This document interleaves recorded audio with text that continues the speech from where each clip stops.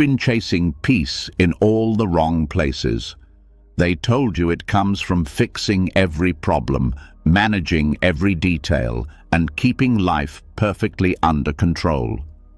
But if that were true, why do you still feel exhausted from trying so hard? Why does your mind stay tense, your chest feel tight, and your thoughts continue to run even when you've done everything you can?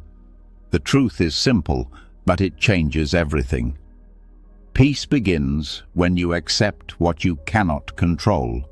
Buddhist teachings have shared this wisdom for centuries, not as a pretty phrase, but as a path to real inner calm. Acceptance isn't giving up. It's releasing the battles that were never yours to win in the first place. As you listen to these lessons, something inside you will start to loosen. Your thoughts will slow. The pressure you've carried for years will begin to lift. You'll feel a quiet strength growing, not the strength of force, but the strength of release, the kind that appears when you stop fighting life and let it flow. By tomorrow, life will feel lighter. Situations won't shake you so easily. People won't drain you the same way. Your peace will no longer depend on perfect outcomes, because it will come from within, built on the understanding that you are free the moment you stop trying to control what was never yours. This isn't just an introduction, it's an opening, a shift, a return to a peace you may have forgotten you could feel. Are you ready to step into it? Let's begin. You've been chasing peace in all the wrong places, trying to hold life together with force, effort, and constant control. But now that you've taken the first step, accepting that peace begins only when you stop trying to control what cannot be controlled, something inside you is shifting. A quiet awareness starts rising, the kind that makes you look at the world differently. You begin to notice how much of your stress hasn't come from life itself, but from your attempts to manage every moment before it even happens.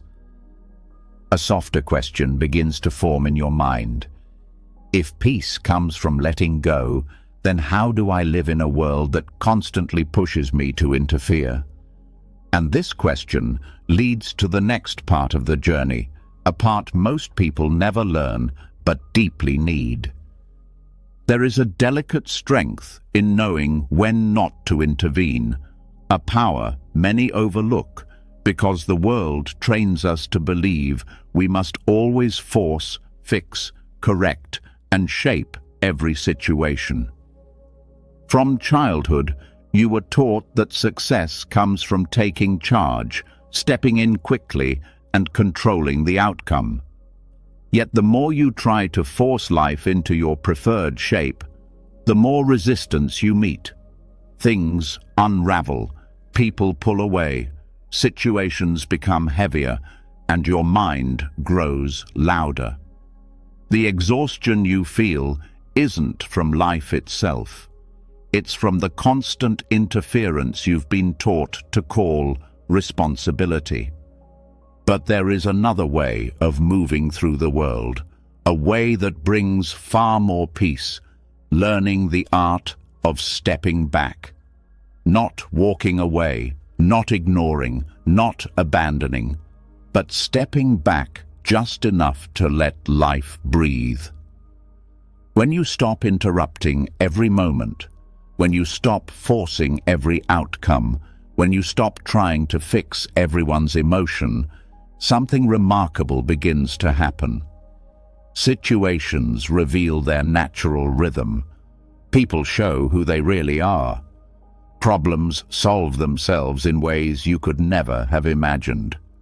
And you start to see that life has its own intelligence, one that only becomes visible when you stop crowding it with your anxious attempts to control everything. This kind of non-interference is not laziness. It is not apathy. It is one of the highest forms of wisdom.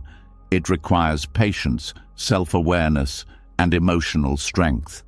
It requires you to trust that not every moment needs your hand on it.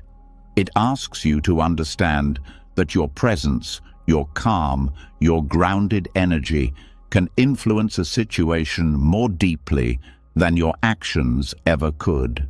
Think about the moments when someone opened up to you only after you stopped trying to fix them.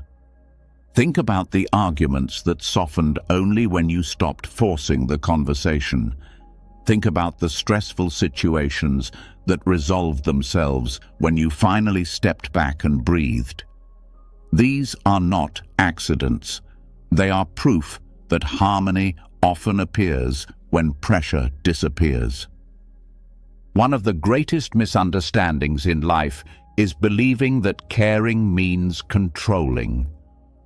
Many people interfere because they think their involvement is necessary for things to go well. They jump into other people's emotional storms because silence feels uncomfortable. They rush to solve someone's problem because uncertainty scares them. They try to direct every detail of life because stillness feels unsafe. But when you step too quickly into someone's pain, you can unintentionally take away the moment they need for growth. Your interference might solve the problem temporarily, but it also blocks the lesson. People need space to feel, to process, to unravel, to rebuild. When you interfere out of anxiety, fear, or discomfort, you take away their chance to discover their own strength. And what about the interference you direct at yourself? You judge your feelings before they've even formed. You criticize yourself the moment a thought doesn't match your expectations. You rush to fix your sadness, your anger, your confusion, instead of allowing these emotions to exist. This inner interference creates more tension than anything in the outside world. When you fight your own emotions, they tighten. When you allow them, they loosen. Every emotion is like a wave. It rises, crests, and falls. It only becomes destructive when you try to stop it mid-rise. The moment you stop trying to interfere with your inner world, your emotions begin to move through you more freely. They lose their intensity because you are no longer giving them resistance to push against. There is also the interference that comes from believing others must behave the way you think they should. You hold unspoken expectations for how people ought to speak, respond, think, or feel. You correct their tone, their choices, their timing, their decisions, not because you're trying to harm them, but because somewhere inside you, control feels safer than openness. Yet the more you push people into your idea of how they should be, the more distance you create. People feel judged, restricted, unseen, and ironically, the more you try to control them, the more they resist. Letting go of this kind of interference is not giving up your voice. It's giving others the space to be themselves. It's allowing relationships to breathe instead of suffocating them with tension. It's realizing that acceptance creates deeper connection than correction ever could. Stillness is not something most people are comfortable with. But stillness is where clarity lives. When you stop interfering with every moment, life begins to reveal details you never noticed. You start seeing patterns in people's behavior. You begin to understand unspoken signals, hidden emotions, deeper truths. You respond with more wisdom because your actions come from awareness instead of impulse. You begin moving through life with the kind of presence that makes others feel safe, understood, and respected. And in return, you start attracting situations that mirror the calm you embody. You will also find that people begin to respect your presence more deeply. When you're no longer forcing conversations, pushing advice, or trying to control every dynamic, your words carry more weight. People listen because they know you don't speak from pressure. They trust you because you don't suffocate them with expectations. You become a grounding force, someone others can lean on without fear of being judged or corrected. Your presence becomes more healing than your solutions. This shift also protects your peace. Interference is not just exhausting, it is emotionally costly. When you insert yourself into battles that aren't yours, you absorb stress that was never meant for you.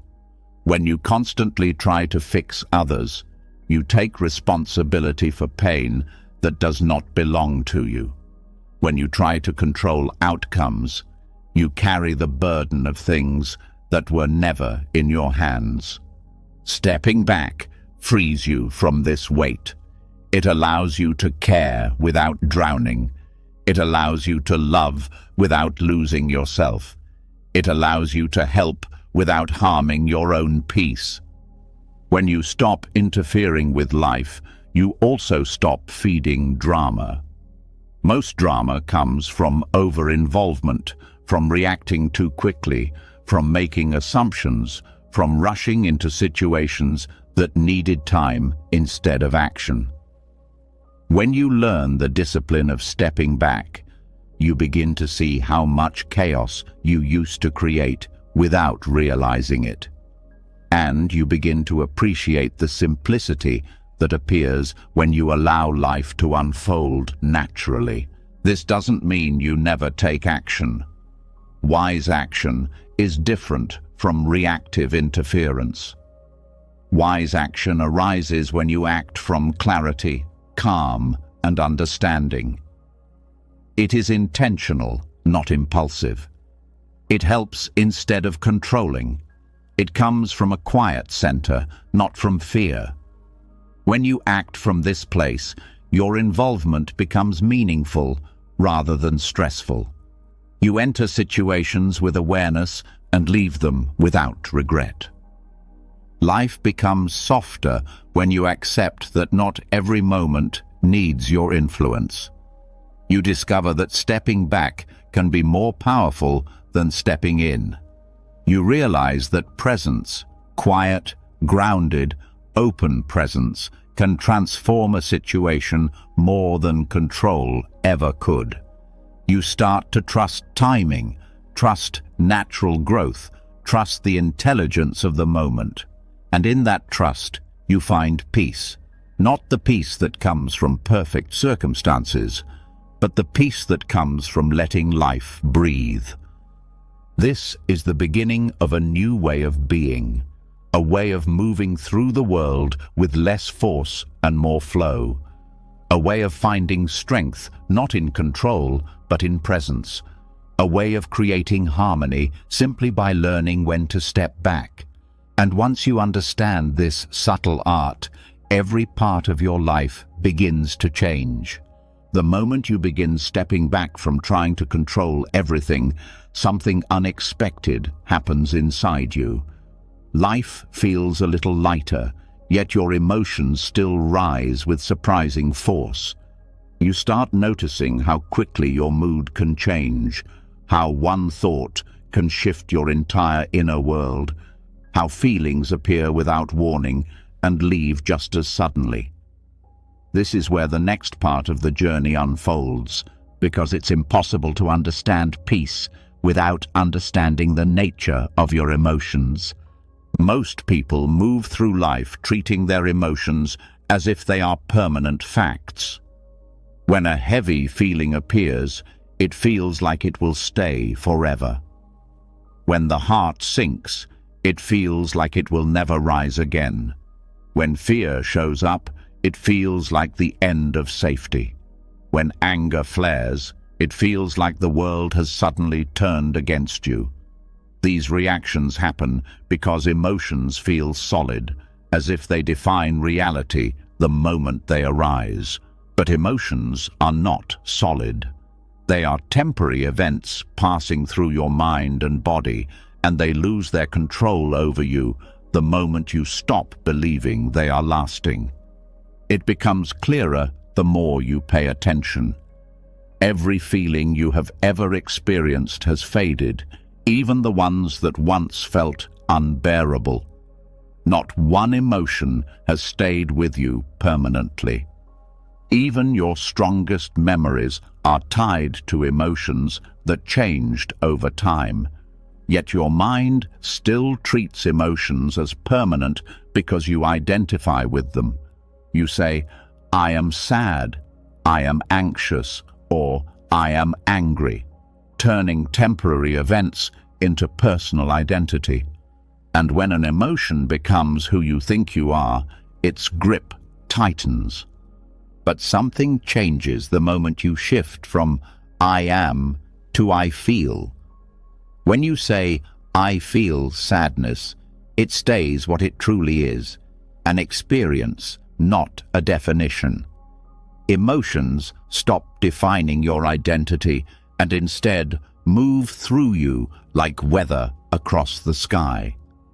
They come, they peak, they fade. When you witness them in this way, their intensity weakens without any force on your part. This awareness is not about ignoring how you feel. It's about seeing with clarity instead of panic. When you observe an emotion rather than merge with it, you stay grounded even while the emotion rises. It's like watching waves instead of being dragged by them. You feel the movement, but you are not lost inside it. This separation gives you room to breathe, room to think, room to choose your next step from a place of understanding instead of impulse. The mind often creates suffering by clinging to the emotional story rather than the emotion itself. A single feeling can trigger layers of meaning that were never meant to be there. A moment of sadness becomes a story of failure. A moment of fear becomes a story of danger. A moment of insecurity becomes a story of inadequacy. These emotional stories create more pain than the emotions originally caused. Once the story begins, the emotion intensifies, and the cycle repeats. When you remove the story and let the emotion exist without interpretation, the emotional storm calms. The feeling becomes easier to handle. It becomes just a visitor, not a threat. This simple shift reduces emotional overwhelm because the emotion loses the extra weight that was created by your thoughts. The body plays a major role as well. Emotions are not just thoughts, they are physical responses. Tightness in the chest, heaviness in the stomach, pressure behind the eyes, heat in the face. These sensations are part of the emotional experience. When you resist the emotion, your body tightens. Tightness traps the emotion, making it linger longer. But when you allow the body to soften even a little, the emotion begins to move. A relaxed body helps emotions complete their natural cycle. This works because every emotion has a beginning, middle, and end. If you interrupt it with resistance or panic, it stays longer. When you allow it, it resolves faster than you expect. Acceptance does not mean liking the emotion. It means letting it move without tightening around it. Another important part of emotional impermanence is understanding why certain emotions seem to come back often. Emotions repeat not because they are powerful, but because your reaction to them is the same each time. If sadness appears and you respond with judgment, sadness deepens. If anxiety appears and you respond with fear of the anxiety grows. If anger appears and you respond with shame for feeling it, anger tightens. The emotion survives because the reaction feeds it. When you shift your reaction, when you respond with curiosity instead of resistance, the emotional loop breaks. Curiosity opens space. Even a small question such as, "What is this feeling trying to show me right now?" changes the entire dynamic. Emotional curiosity is not analysis. It is openness. It stops the cycle of emotional repetition by giving the emotion a chance to complete its path. Relationships are also deeply affected by emotional impermanence. When you believe your emotions are permanent, you take them out on others. A temporary irritation becomes a fight. A temporary insecurity becomes jealousy. A temporary disappointment becomes blame. Understanding emotional impermanence helps you pause before reacting. You begin recognizing that your emotion might be strong now, but weaker in 20 minutes. You learn to wait before speaking, wait before acting, wait before making assumptions. This single ability protects your connections with others more than any communication skill ever could. There is also a deeper part of this teaching that touches the core of your being. When you watch an emotion rise and fall, you begin to notice something else. Something underneath the emotion that does not move. A stillness, a presence, a steady awareness that remains the same even when your emotions shift wildly. This steady awareness is your true self. It is the part of you that is untouched by emotional weather. The more you connect with this steady place, the less frightened you become of emotional storms. You begin trusting that no matter how strong an emotion feels, there is a place within you that remains calm. This understanding helps during the most difficult emotions: grief, heartbreak, fear of the future, loneliness. These emotions feel intense because they shake the foundations of your identity.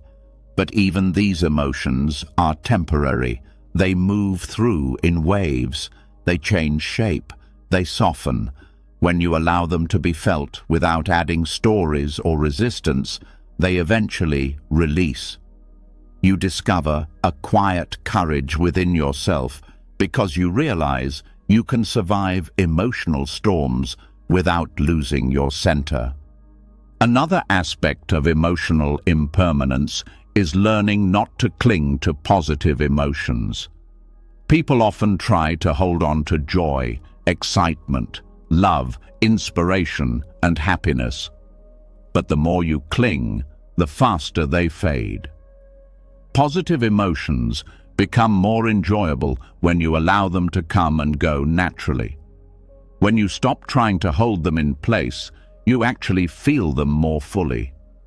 Joy becomes richer. Love becomes deeper. Gratitude becomes more alive. This freedom makes happiness feel more genuine because you are no longer desperate for it to stay. This teaching also helps with emotional comparison. Many people judge themselves for not feeling a certain way. They believe they should be happier, calmer, more confident, more motivated. But emotional cycles differ from person to person. Your rhythm is not wrong. Your emotional patterns are not failures. They are natural variations of your internal weather. Accepting this relieves unnecessary pressure and allows you to move through your emotions without judging yourself. With time, emotional impermanence shapes how you view your entire life. You stop taking negative emotions as signs that something is wrong with you. You stop taking positive emotions as proof that everything is perfect. You stop believing that your emotions dictate your destiny.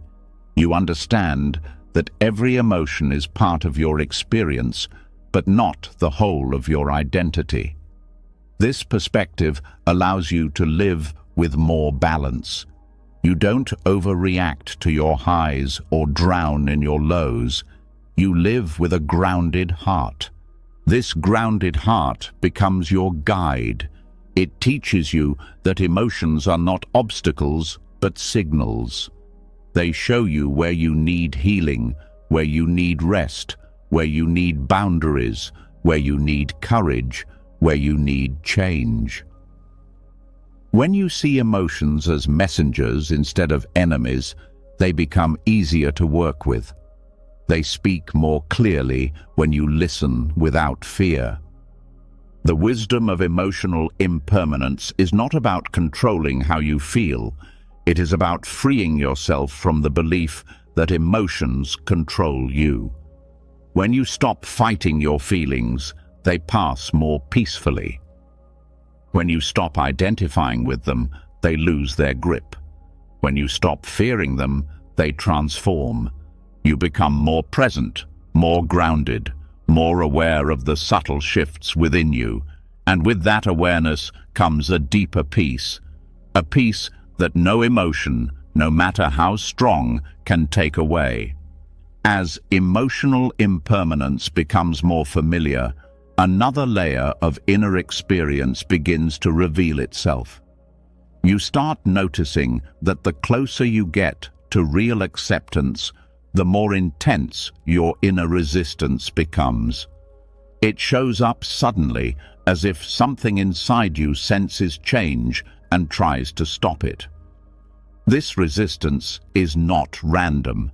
It is the ego making its last effort to hold on to the patterns that once made it feel safe. When acceptance grows, the ego feels it is losing control, and that loss creates a spike in discomfort.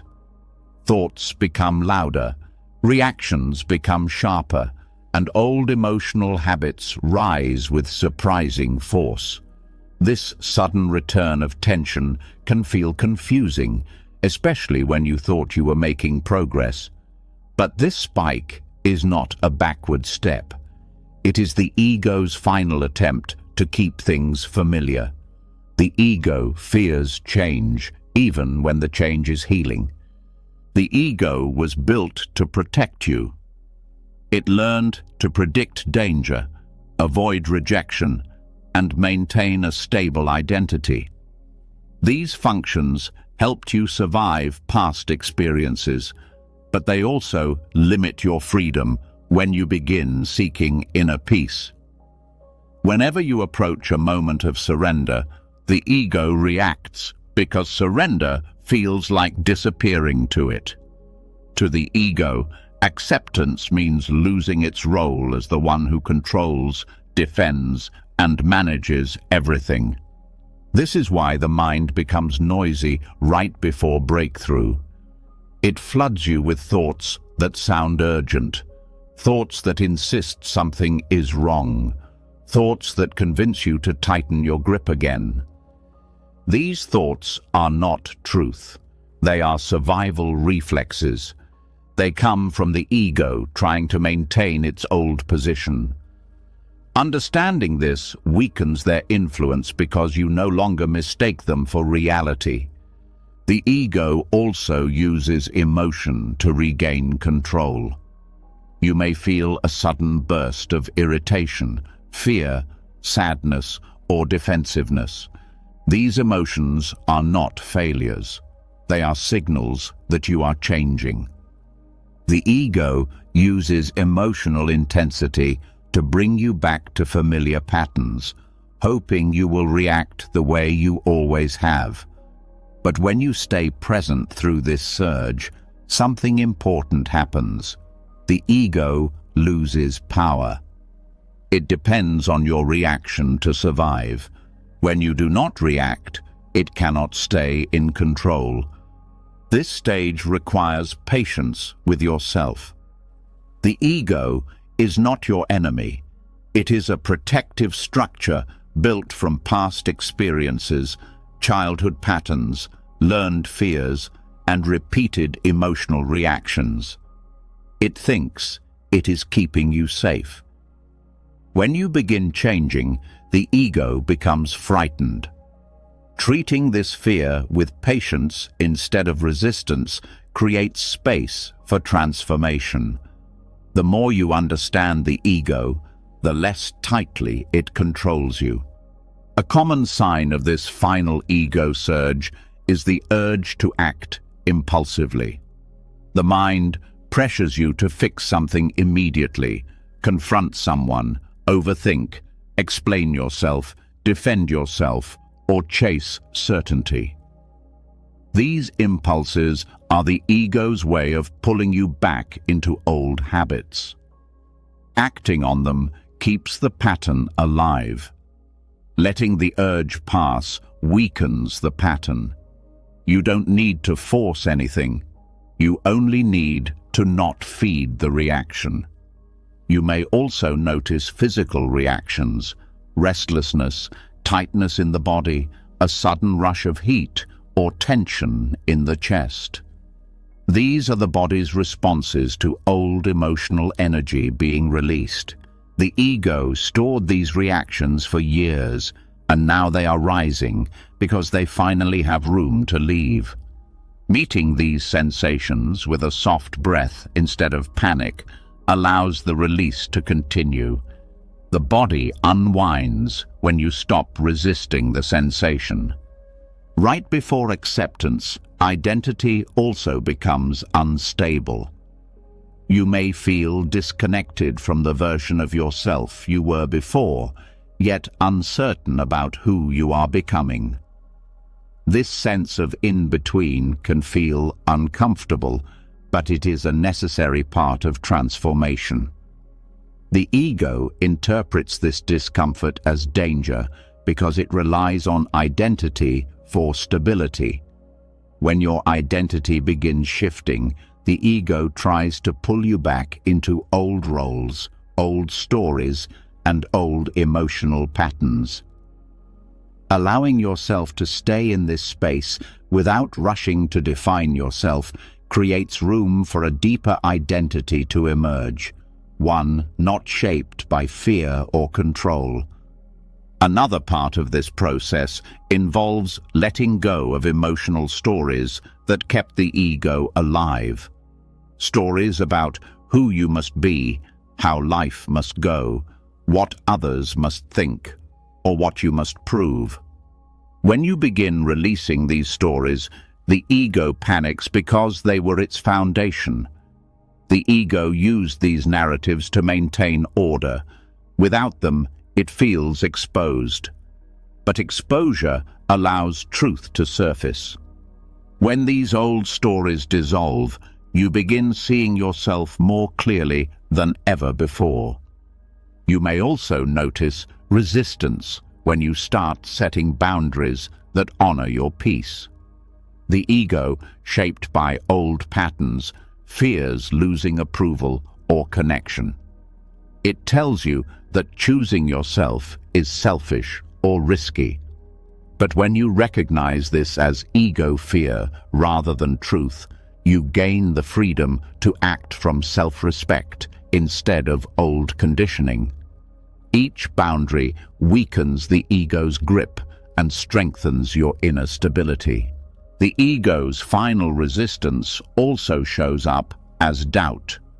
Doubt about your path, doubt about your choices, doubt about your progress. This doubt appears because the ego equates uncertainty with danger. But uncertainty is not danger. It is openness. It is space. It is possibility. When you allow doubt to exist without letting it dictate your actions, doubt loses its authority. As you move through this stage, awareness becomes your most important tool. You watch the ego without fighting it. You observe the fear without attaching meaning. You feel the emotion without assuming it defines the future. This awareness interrupts the ego's automatic patterns. The ego cannot dominate you while you are aware of it. There is also a moment in this process when you begin to see the ego as small. Before, it felt like the whole truth. Now it feels like a voice inside you, not the entirety of you. This shift marks the beginning of freedom. You realize that your awareness is larger than your thoughts, larger than your emotions, larger than your stories. The ego becomes a part of your experience, not the controller of your experience. This change creates a softening inside you. The tension you carried for years begins to lighten.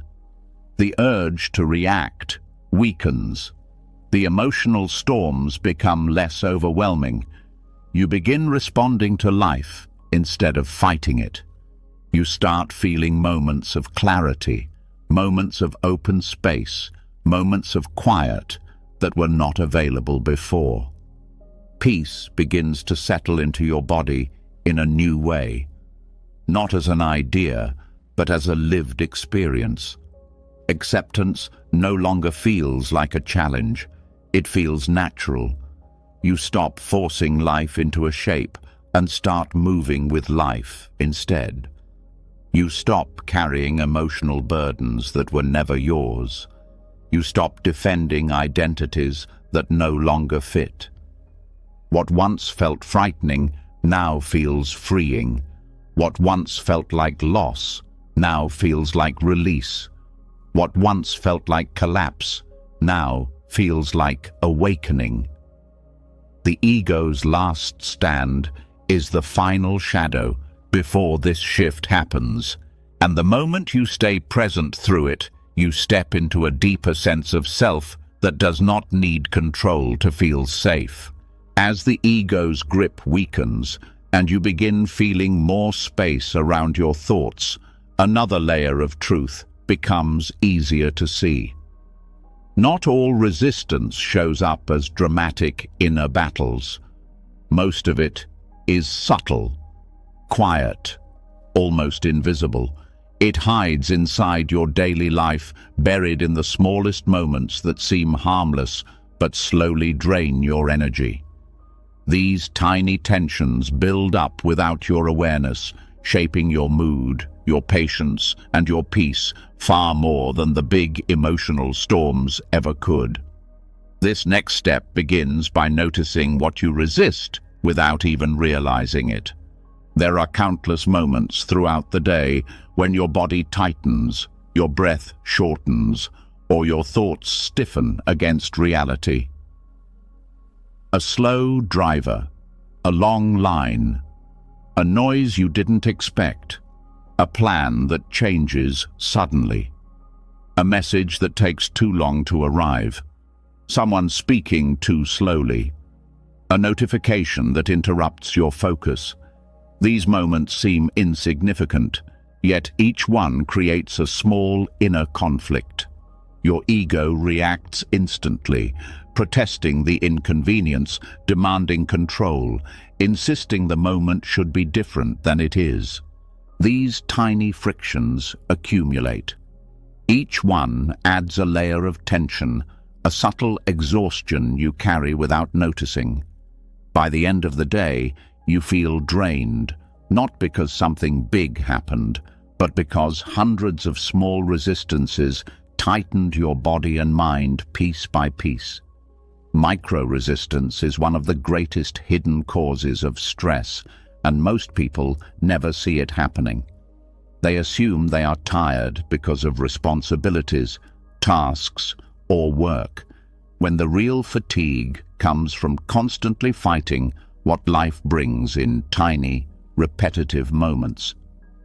This is where micro-surrender becomes essential. Micro-surrender is the practice of releasing tension in the smallest moments. It is the art of letting go at the exact point where the ego wants to tighten. These small releases create a powerful shift. They turn daily life from a constant struggle into a smoother flow. you regain energy that used to leak away through friction. You begin to feel calmer throughout the day without effort. Micro-surrender starts with noticing your internal reactions. When something unexpected happens, pay attention to the immediate tightening. It may show up as irritation, a sigh, a spike of impatience, or a small voice complaining in your mind. That reaction is the ego demanding control. It wants the moment to match its expectations. Each time you surrender instead of resist, you break the old habit. You soften instead of tighten. You accept instead of argue. This softening releases trapped energy instantly. One of the most common areas where micro-resistance appears is waiting. Waiting in line, waiting for a reply, waiting for food, waiting in traffic. The ego sees waiting as an interruption to its plan. It wants movement, speed, certainty. When those are taken away, impatience arises. This impatience is resistance. It creates stress even though nothing harmful is happening. Micro-surrender turns waiting into a neutral moment. When you accept that waiting is happening, your body relaxes. The mind becomes lighter. You stop losing energy over something you cannot control. Another area where micro-resistance appears is in interruptions. A child calling your name while you work. A co-worker asking a question. A notification appearing when you're focused. The ego perceives interruptions as threats to its sense of control. It reacts with irritation even before you consciously process what happened. Micro-surrender happens when you drop the tension quickly instead of feeding the irritation. You pause, breathe, and return to what matters without letting the interruption take more from you than the moment itself. Plans changing is another source of hidden resistance. Your mind imagines how things should unfold, and when reality shifts, even slightly, the ego reacts. This reaction wastes energy. Micro-surrender means releasing the attachment to your plan in real time. When something changes, instead of tightening, you mentally say, "This is what's happening now." That simple statement melts the friction.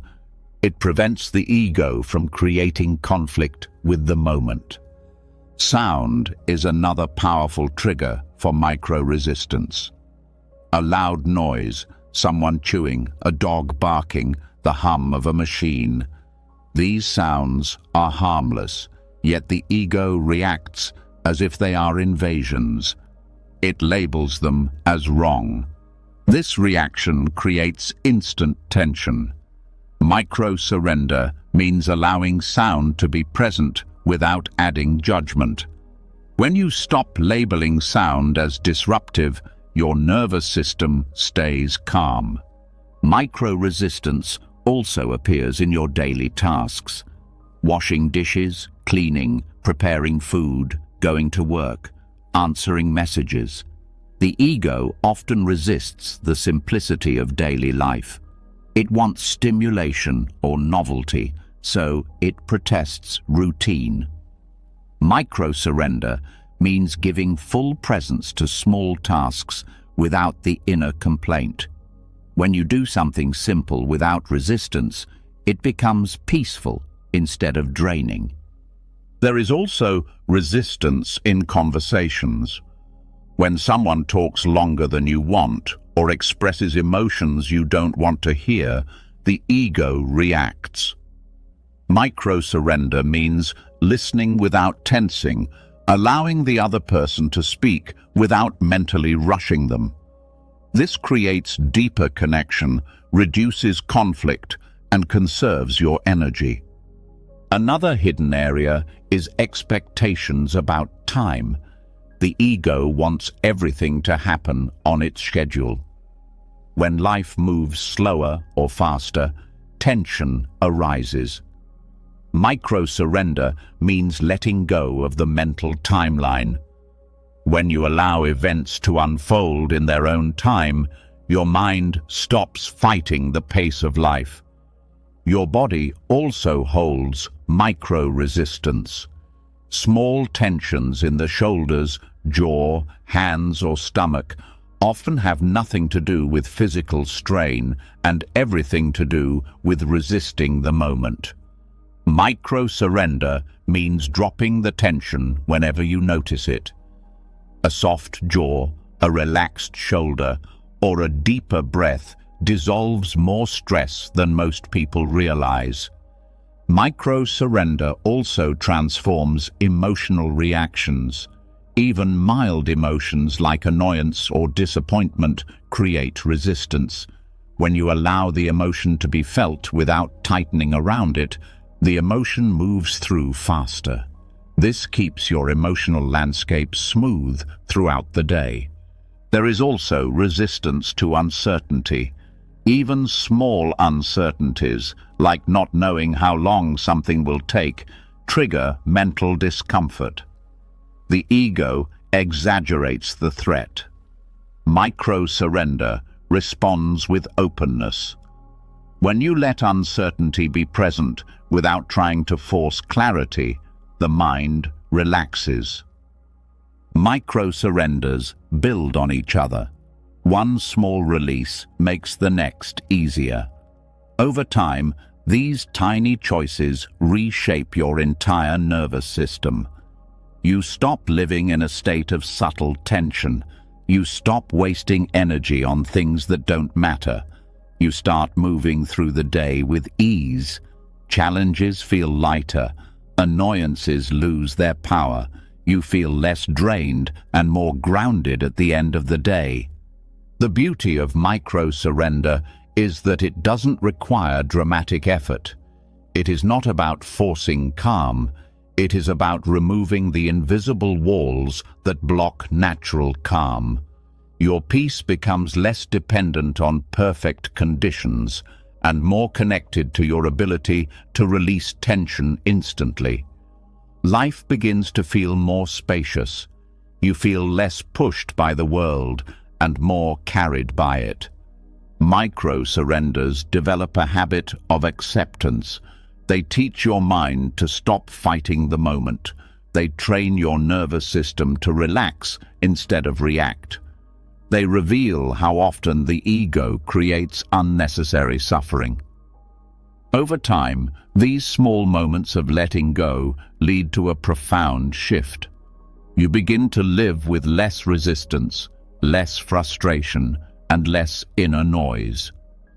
You start to realize that peace is not found in changing your circumstances. Peace is found in changing your response to the countless tiny moments that once triggered you. This is how surrender becomes strength and acceptance becomes freedom. The more you let go in the small moments, the more you begin to notice something deeper hidden beneath them. Each micro-surrender lightens you, yet there's a pattern that becomes clearer with every release. Most of your suffering never came from the moment itself. It came from the pressure to control it. And when that pressure loosens, life stops fighting back. This opens the door to the next truth, one many people never see until they're exhausted by repeated struggles, but cannot understand why the same problems keep returning. There is a strange pattern that appears when you cling too tightly to control. The very thing you fear often becomes the thing you create. When you obsess over preventing conflict, tension grows. When you constantly try to avoid mistakes, you become tense and make more of them. When you try to control how others see you, you lose your authenticity and feel more insecure. This repeating cycle is what can be called a karmic echo, not mystical punishment, but the natural consequences created by inner resistance. When you tighten around life, life tightens around you. Every attempt to control creates an equal pushback. It begins with small details. Trying to control how the day unfolds creates anxiety the moment anything shifts. Trying to control how conversations go creates awkwardness and misunderstanding. Trying to control what others think creates a feeling of never being enough. These reactions are not accidents. They are the echo of your internal pressure being reflected back to you through daily experiences. The mind believes that control provides safety. It tries to structure the world in a way that eliminates risk. But this protective instinct becomes harmful when it goes beyond practicality. When you cling too tightly, the world becomes a place you constantly need to manage, correct, and guard against. This creates tension, and that tension feeds the very outcomes you fear. The karmic echo forms itself from your own emotional energy. Control also creates conflict. When you try to shape others' behavior, they naturally resist. No one enjoys feeling controlled, and even subtle attempts to guide people into your preferred outcome can create discomfort. The more you push, the more they push back. The karmic echo becomes a cycle of struggle where each person mirrors the other's tension. This is why relationships feel smoother when you loosen your grip. Not because people change, but because your resistance stops fueling their reactions. There is also a karmic echo inside your own mind. When you try to control your thoughts become louder. Trying to silence the mind creates more noise. Trying not to worry increases fear. Trying to suppress emotion intensifies it. This happens because resistance amplifies whatever you push against. Acceptance dissolves it. The more you grasp, the more the mind rebels. The more you soften, the more the mind quiets. Control distorts perception as well. When you cling to control, you see the world through tension. You interpret neutral events as threats. You read into small details. You search for danger even when it doesn't exist. This distorted view creates unnecessary suffering. You feel attacked when no attack is present, abandoned when no abandonment is happening, rejected when no rejection took place. These misinterpretations create emotional pain that reflects nothing but your internal fear. The karmic echo becomes a loop of self-created turmoil. Another effect of clinging is misfortune created through rigidity. Life is constantly moving. Opportunities appear unexpectedly, and timing often unfolds outside your plans. When you cling to control, you resist the flow of life. You turn away from possibilities because they do not match your expectations. You delay decisions until the perfect moment that never arrives. You hesitate instead of trusting your path. This rigidity creates stagnation, missed chances, and outcomes that resemble bad luck. But this misfortune is not fate. It is the karmic echo of refusing to move with life. Even physical tension is part of the echo. Clinging to control activates stress responses in the body. Shoulders tense, breathing becomes shallow, the stomach tightens, the heart speeds up. Over time, this repeated stress can turn into health issues. What began as a mental need to control becomes physical wear and tear. The body responds to inner resistance by storing it.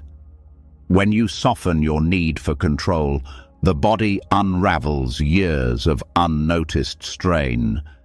The karmic echo also appears in the way you speak to yourself. When you cling to control, your inner dialogue becomes harsher. You push yourself. You criticize your mistakes. You demand perfection. This creates feelings of inadequacy that grow stronger over time. The more pressure you apply, the more inadequate you feel.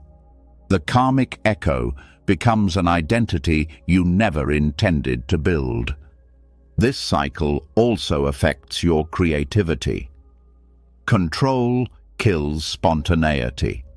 When you try to force inspiration, ideas freeze. When you pressure yourself to produce perfection, creativity shuts down. But when you relax your grip, inspiration returns naturally. Creativity flows when the mind is open, not when it is forced into rigid shapes. The karmic echo in creative life is a cycle of pressure followed by blockage.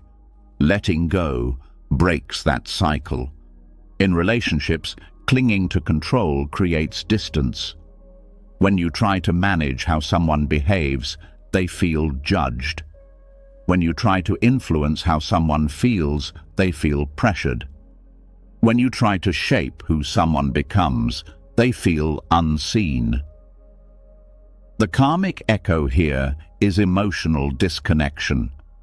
People pull back when they feel controlled. But when you allow them to be themselves, connection grows because acceptance creates space for understanding. Control also affects your sense of purpose. When you cling to control, you insist that life unfold according to a specific plan. Any deviation feels like failure, but growth rarely follows a straight line. When you cling to a fixed path, you miss the deeper purpose forming beneath the unexpected twists. The karmic echo becomes a life filled with frustration because reality refuses to match your script. When you allow life to guide you instead of forcing your way through it, meaning reveals itself in places you didn't know to look. Another part of the karmic echo involves fear. The more you try to avoid fear through control, the more fear grows. When you try to control future outcomes, uncertainty becomes threatening. You become overwhelmed by possibilities. The mind starts predicting danger in every direction. The karmic echo turns caution into anxiety. But when you stop trying to eliminate fear and instead move forward while feeling it, fear weakens. The echo shifts from anxiety to courage. Control also shapes your relationship with change. When you cling to stability, change becomes terrifying. You resist it, fight it, or deny it. But resisting change never stops it. It only makes it more painful. The karmic echo of resisting change is suffering. The more you cling, the harder change becomes. When you loosen your grip, change becomes less threatening. It becomes part of your natural unfolding instead of an enemy. Even your sense of time is affected by control. The ego wants life to move according to its own schedule. When things take longer than expected, stress arises. When progress feels slow, doubt appears.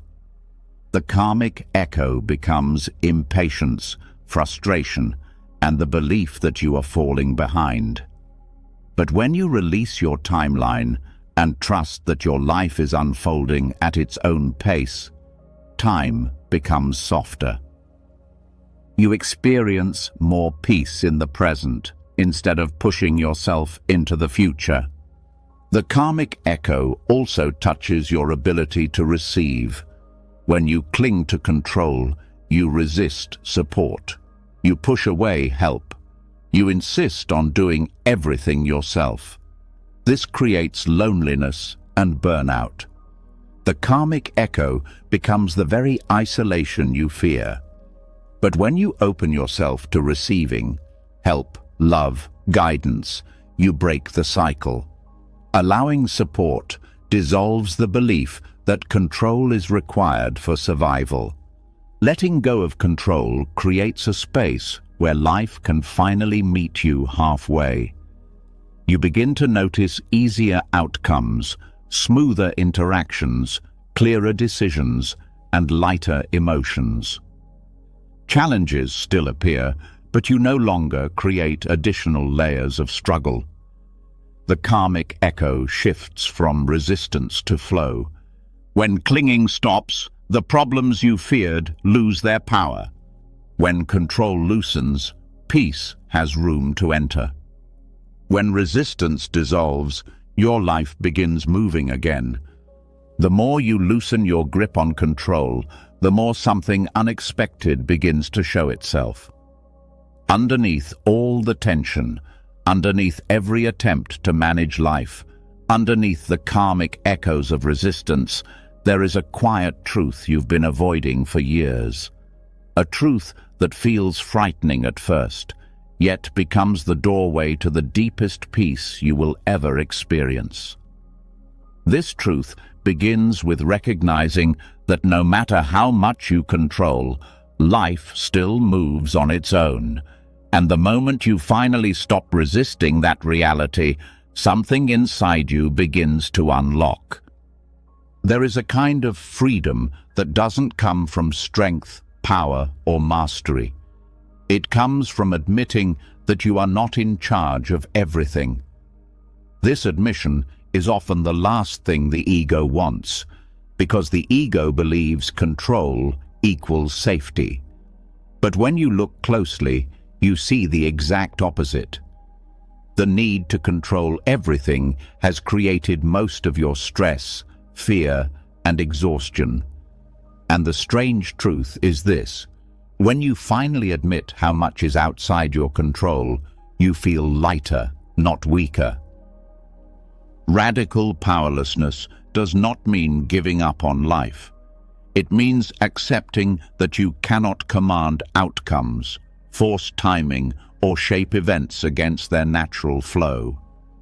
This acceptance reveals how much energy you've been spending on battles you were never meant to fight.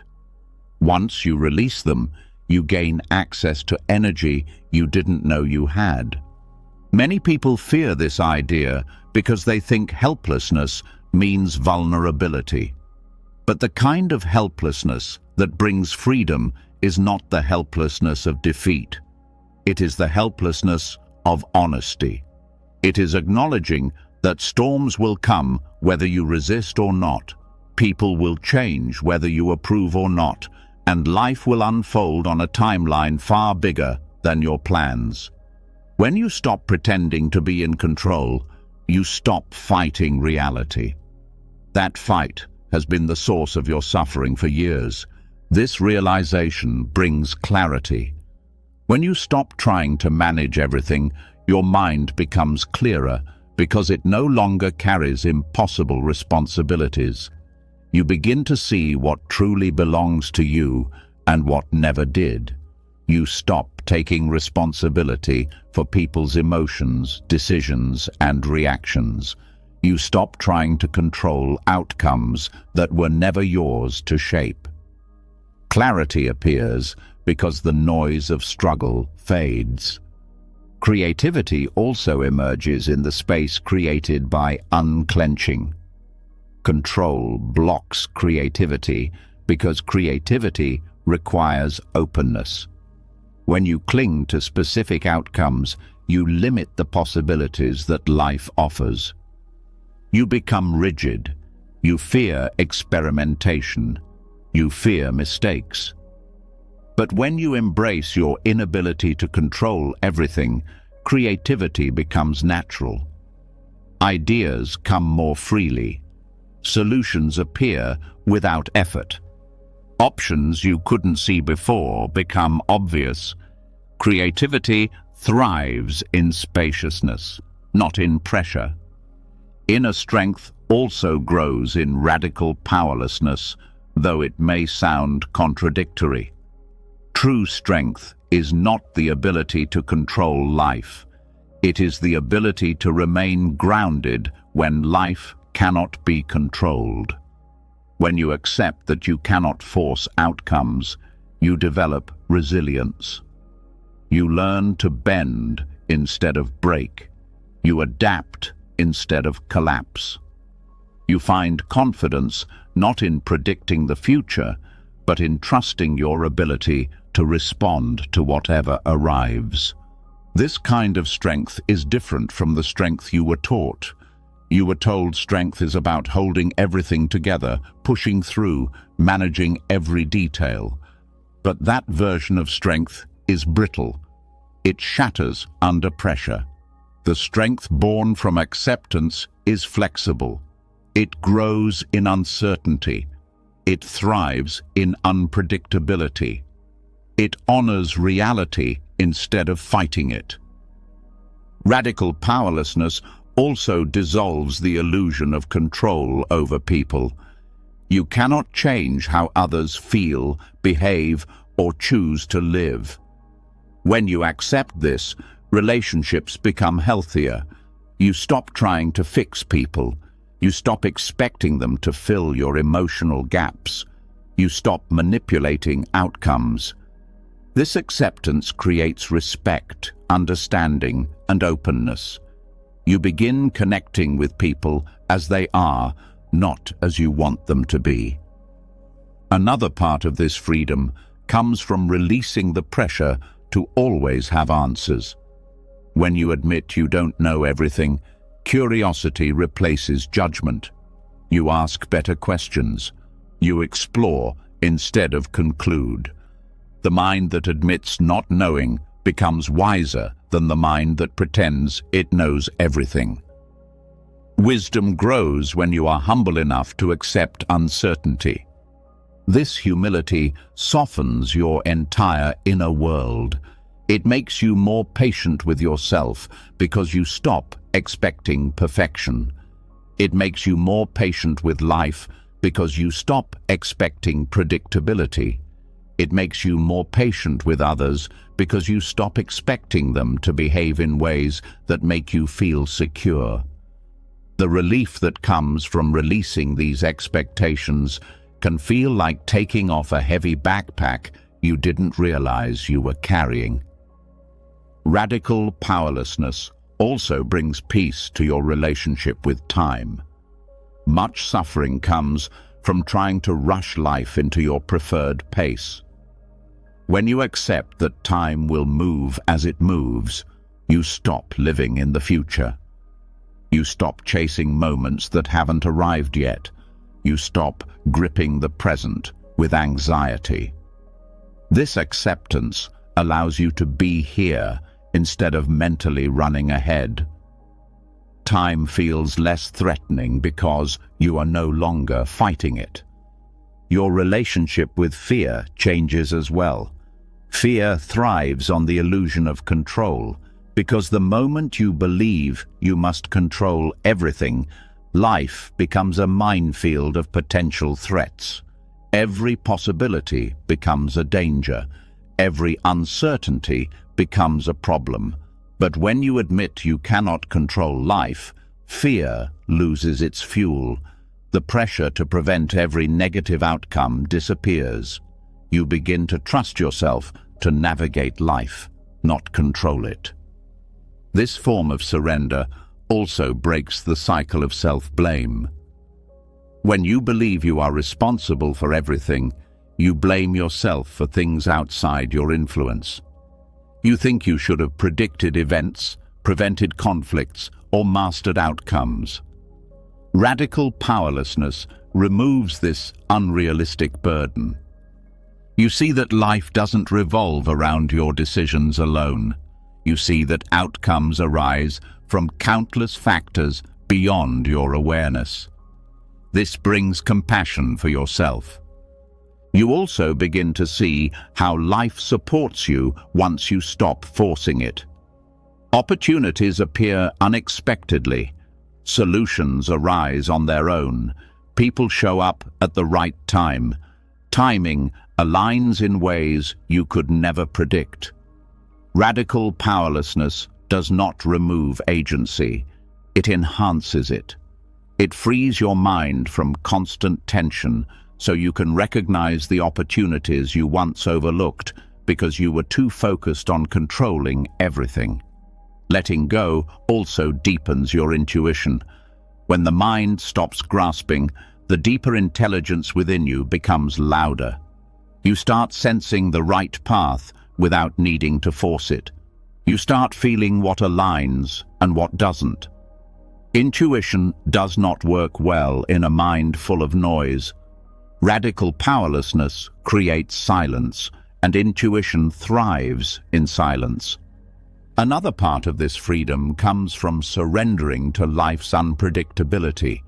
When you accept that you cannot control outcomes, you stop resisting the natural flow of events.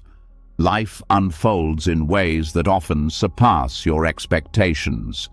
The things you once feared become gateways to growth. The things you once resisted become blessings in disguise. The uncertainty you once tried to eliminate becomes the space where life surprises you. Radical powerlessness does not mean losing direction. It means releasing rigidity. You still make choices, take action, and follow goals. But you no longer suffocate your path with fear. You move forward with flexibility instead of force. You trust the journey instead of fearing it. This surrender also strengthens emotional freedom. You stop needing people to behave a certain way to feel okay. You stop needing life to follow a certain script to stay calm. You stop needing certainty to feel grounded. You realize your inner stability depends on your openness, not your control. At a deeper level, radical powerlessness reveals a truth that brings profound peace. Life has always been moving, with or without your control. You were never meant to hold the world together. You were only meant to meet each moment with honesty, presence, and openness.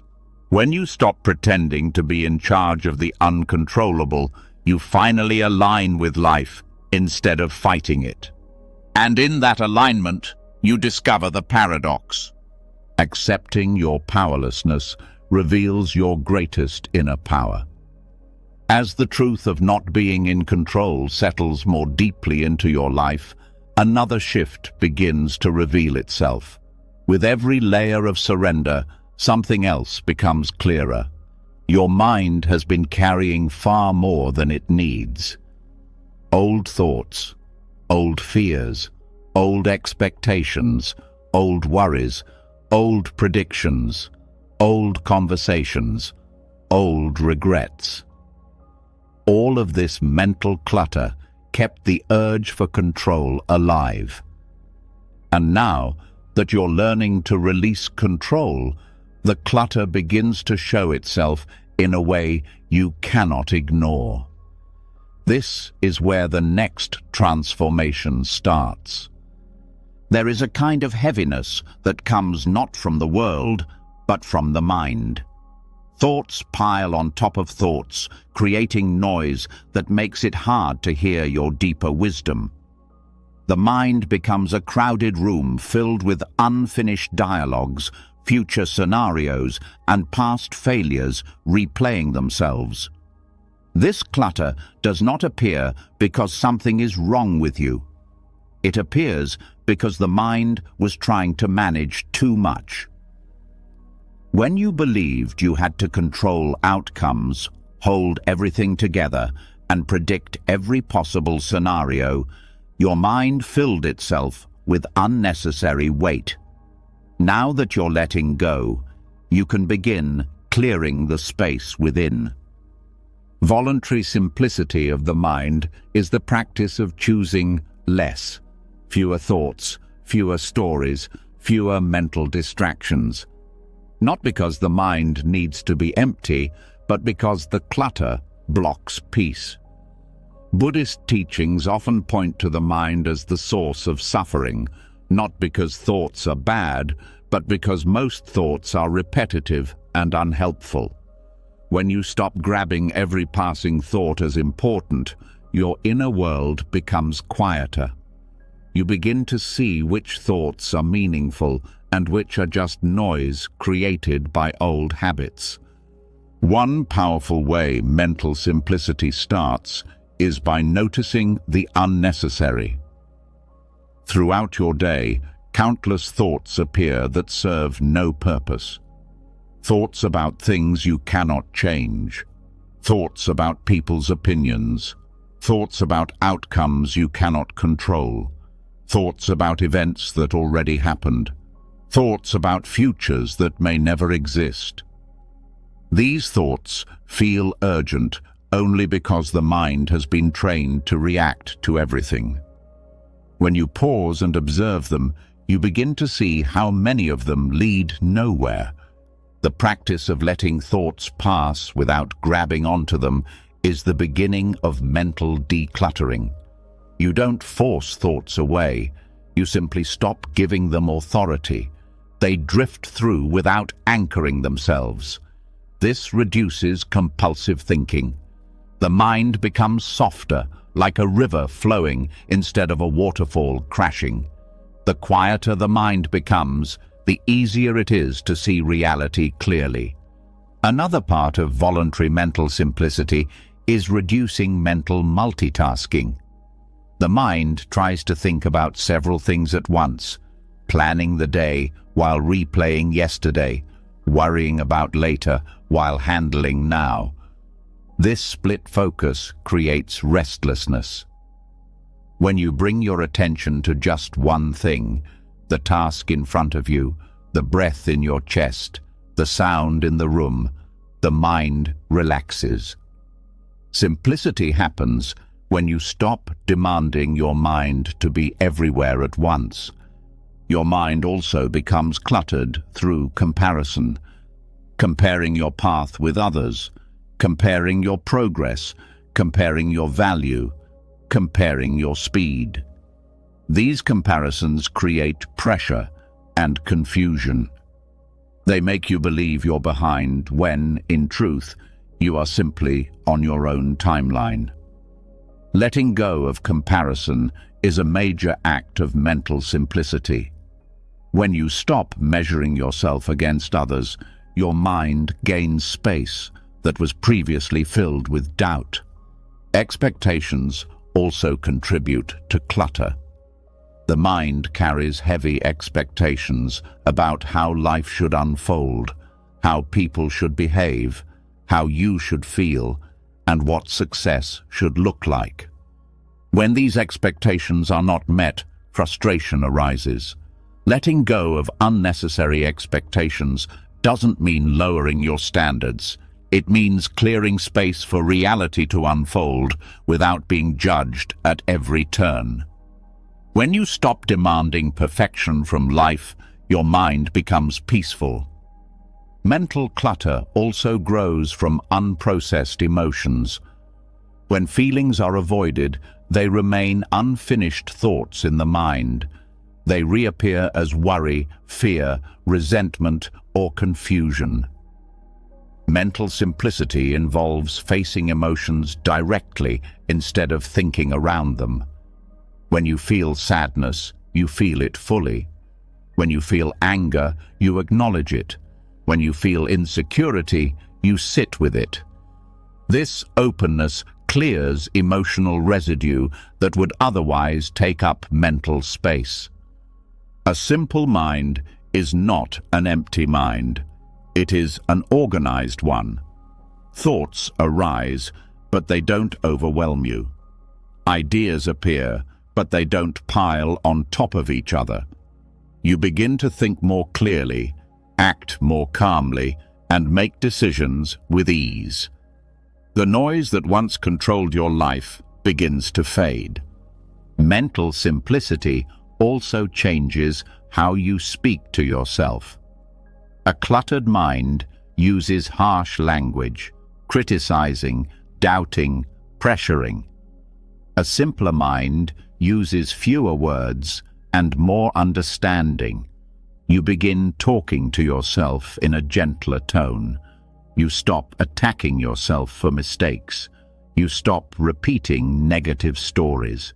This shift is subtle but powerful. When your inner voice becomes softer, the urge to control everything weakens naturally. Another important aspect is simplifying your attention. The mind becomes overwhelmed when attention is scattered.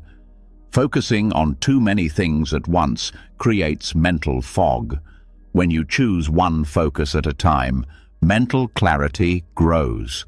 This might mean giving full attention to eating, walking, speaking, or listening. This is not about mindfulness as a technique. It's about removing the pressure of divided attention. When your attention is unified, the mind becomes sharper and calmer. Daily life offers endless opportunities to practice mental simplicity. When a thought rises, you ask, "Is this useful?" If it is not, you let it drift. When a worry appears, you ask, "Can I act on this now?" If the answer is no, you release it. When a memory surfaces, you ask, "Is holding this helping me?" If it is not, you allow it to pass. These simple questions declutter the mind moment by moment. Mental simplicity also reveals how unnecessary much of the internal narration is. The mind comments on everything. It judges, labels, predicts, interprets, and imagines. Most of this commentary is automatic and unhelpful. When you stop engaging with the inner narrator, it loses volume. Silence appears not because you force it, but because you stop feeding the noise. This simplicity brings emotional stability. When the mind is clear, emotions flow without overwhelming you. When the mind is uncluttered, you see your reactions more clearly. You notice the gap between a feeling and your response. This space gives you freedom to choose instead of react. Inner peace grows in that space. A simpler mind also strengthens intuition. Intuition is drowned by noise. When the mind is cluttered, you cannot sense your deeper wisdom. When the mind clears, intuition becomes louder and more reliable. Decisions feel less confusing. You trust yourself more. You feel guided instead of lost. Another consequence of mental simplicity is increased presence. When the mind stops replaying the past and rehearsing the future, the present moment becomes easier to access. You experience your life directly, not through mental filters, but through awareness. The urge to control fades because you are no longer living in mental projections. You are living in what is real. Mental simplicity also affects your relationships. When your mind is uncluttered, you listen more deeply. You respond with more understanding. You stop overthinking conversations or imagining what others meant. This reduces unnecessary conflict. Simplicity in the mind invites simplicity in connection. This practice does not require isolation or silence. It requires honesty. It requires noticing which thoughts help and which thoughts harm. It requires letting go of the internal weight you no longer need. When you choose simplicity, you choose clarity. When you choose clarity, you choose peace. As you continue clearing mental clutter, the urge to control fades naturally. You no longer need to micromanage life because your mind is no longer filled with fear, tension, and noise. You trust life more. You trust yourself more. You trust the flow of each moment. And in that trust, you experience the quiet strength of a mind that is no longer fighting itself or the world. As your mind becomes lighter and the clutter begins to dissolve, a new kind of sensitivity awakens. You start noticing things you couldn't see before. Your reactions, your desires, your emotional pulls, the subtle ways you lean toward or away from life. With a quieter mind, these shifts are clearer, and this clarity reveals another challenge on the path to peace: how to care without being consumed, how to stay open without being overwhelmed, how to feel deeply without losing your balance. This is where the next lesson begins. There is a sharp difference between equanimity and indifference, yet many people confuse them. One is strength. The other is avoidance. One is clarity. The other is numbness. One opens the heart. The other closes it. Equanimity is the ability to stay steady in the middle of life's storms without disconnecting from what matters. Indifference is shutting down to avoid feeling anything. When the mind becomes simpler, you naturally move toward equanimity. But the ego sometimes mistakes this for coldness and tries to pull you into old emotional habits again. Understanding the difference helps you walk the middle path with confidence. Equanimity does not mean ignoring emotions. It means you can sense them clearly without drowning in them. When sadness appears, you feel it without collapsing. When joy arises, you experience it without clinging. When anger shows up, you meet it without letting it control your actions. This balanced relationship with emotion frees you from both extremes: intensity that consumes you and numbness that disconnects you. You become present with your inner world without letting it dictate your behavior. Indifference, on the other hand, often appears as a defense. People turn numb because they fear being hurt, overwhelmed, or rejected. They shut down to avoid vulnerability. This numbness may feel safe, but it also closes the heart. It blocks connection, passion, compassion, and growth. It is a shield that keeps pain out, but also keeps life out. Indifference is not peace. It is emotional paralysis masquerading as strength. Equanimity is different because it keeps the heart open. It allows you to care sincerely while remaining steady. It lets you love without possession, support others without rescuing them, listen without absorbing their suffering, and stay kind without being manipulated. Equanimity is not distance. It is grounded presence. This grounded presence starts with understanding your own emotional patterns. When someone you care about suffers, your instinct might be to take on their pain.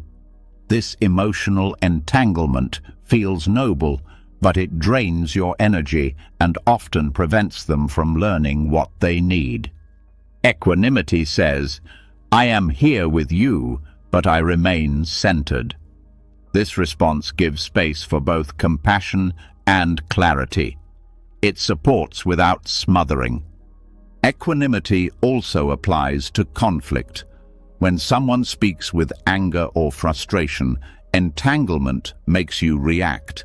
Indifference makes you shut down. Equanimity lets you listen. You hear their words without losing your calm. You respond from awareness, not ego. This response diffuses conflict because it removes the energy that feeds escalation. Your calm becomes a stabilizing force. Another part of equanimity is accepting that you cannot control outcomes. You can care deeply about something, a relationship, a goal, a dream, without trying to force it into existence. Equanimity allows dedication without attachment. You put in sincere effort, but you release the outcome. This frees you from the suffering that comes from clinging. It also helps you see new possibilities when things don't unfold the way you hoped. This balance extends to success and failure. When things go well, equanimity keeps you grounded. You appreciate the moment without letting pride inflate your identity. When things go wrong, equanimity helps you stay steady. You learn from mistakes without turning them into personal attacks on yourself. This stability creates emotional maturity. You stop riding the highs and lows like a roller coaster. You move through life with steady confidence. Equanimity also transforms relationships. When you practice this balance, people feel safe around you. They sense you are present but not needy, caring but not controlling, supportive but not invasive. This creates trust. People open up more because they feel seen without being judged or pressured. Your presence becomes a place of calm. You stop projecting your fears onto others, and they no longer feel responsible for managing your emotions. Another important part of equanimity is recognizing that you cannot hold the weight of the world. Caring deeply does not mean carrying everything. There is a difference between compassion and burden-taking. Equanimity allows you to feel compassion without absorbing pain that isn't yours. This protects your inner peace and gives others the dignity of handling their own journey. Equanimity is also closely connected to humility. When you recognize that you cannot control life, you stop demanding that it match your expectations. You respond instead of resist. You accept instead of grasp. This humility opens the heart without making it fragile. Equanimity becomes the natural state of a mind and heart that no longer cling. This balance requires practice. Emotional habits are strong. The mind easily slips into old patterns, overreaction, or withdrawal, but each moment offers a chance to choose differently. When you feel pulled into emotional intensity, you pause. When you feel tempted to shut down, you breathe. When you want to fix everything, you soften. When you want to run, you stay present. Each small choice strengthens your inner stability. Equanimity also teaches you to trust the natural intelligence of emotions. Feelings arise with a purpose, but they don't need to take over your life. They guide you without controlling you. They move through you without defining you. This relationship with emotion creates inner freedom. You become sensitive without being fragile, open without being overwhelmed, strong without becoming rigid. This middle path reveals a deeper truth. You can love without losing yourself. You can care without clinging.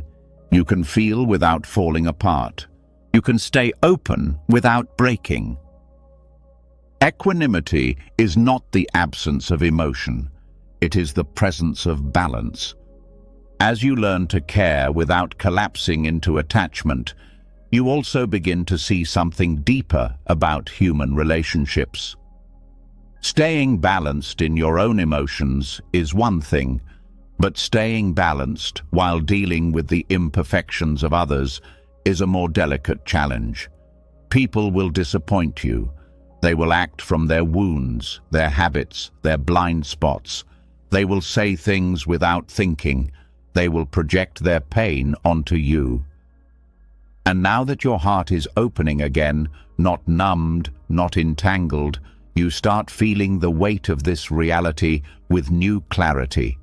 This opens the door to the next lesson. There is a form of acceptance that does not come from weakness. It comes from wisdom. It is the kind of acceptance that allows you to see another person as they are, without pretending, without clinging, without rescuing, without excusing harmful behavior. Many people confuse compassion with enabling. They think being kind means saying yes to things that hurt them, ignoring red flags, or sacrificing their peace to keep someone else comfortable.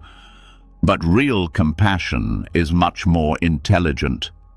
It sees the pain beneath a person's actions, but also recognizes when their pain is causing harm.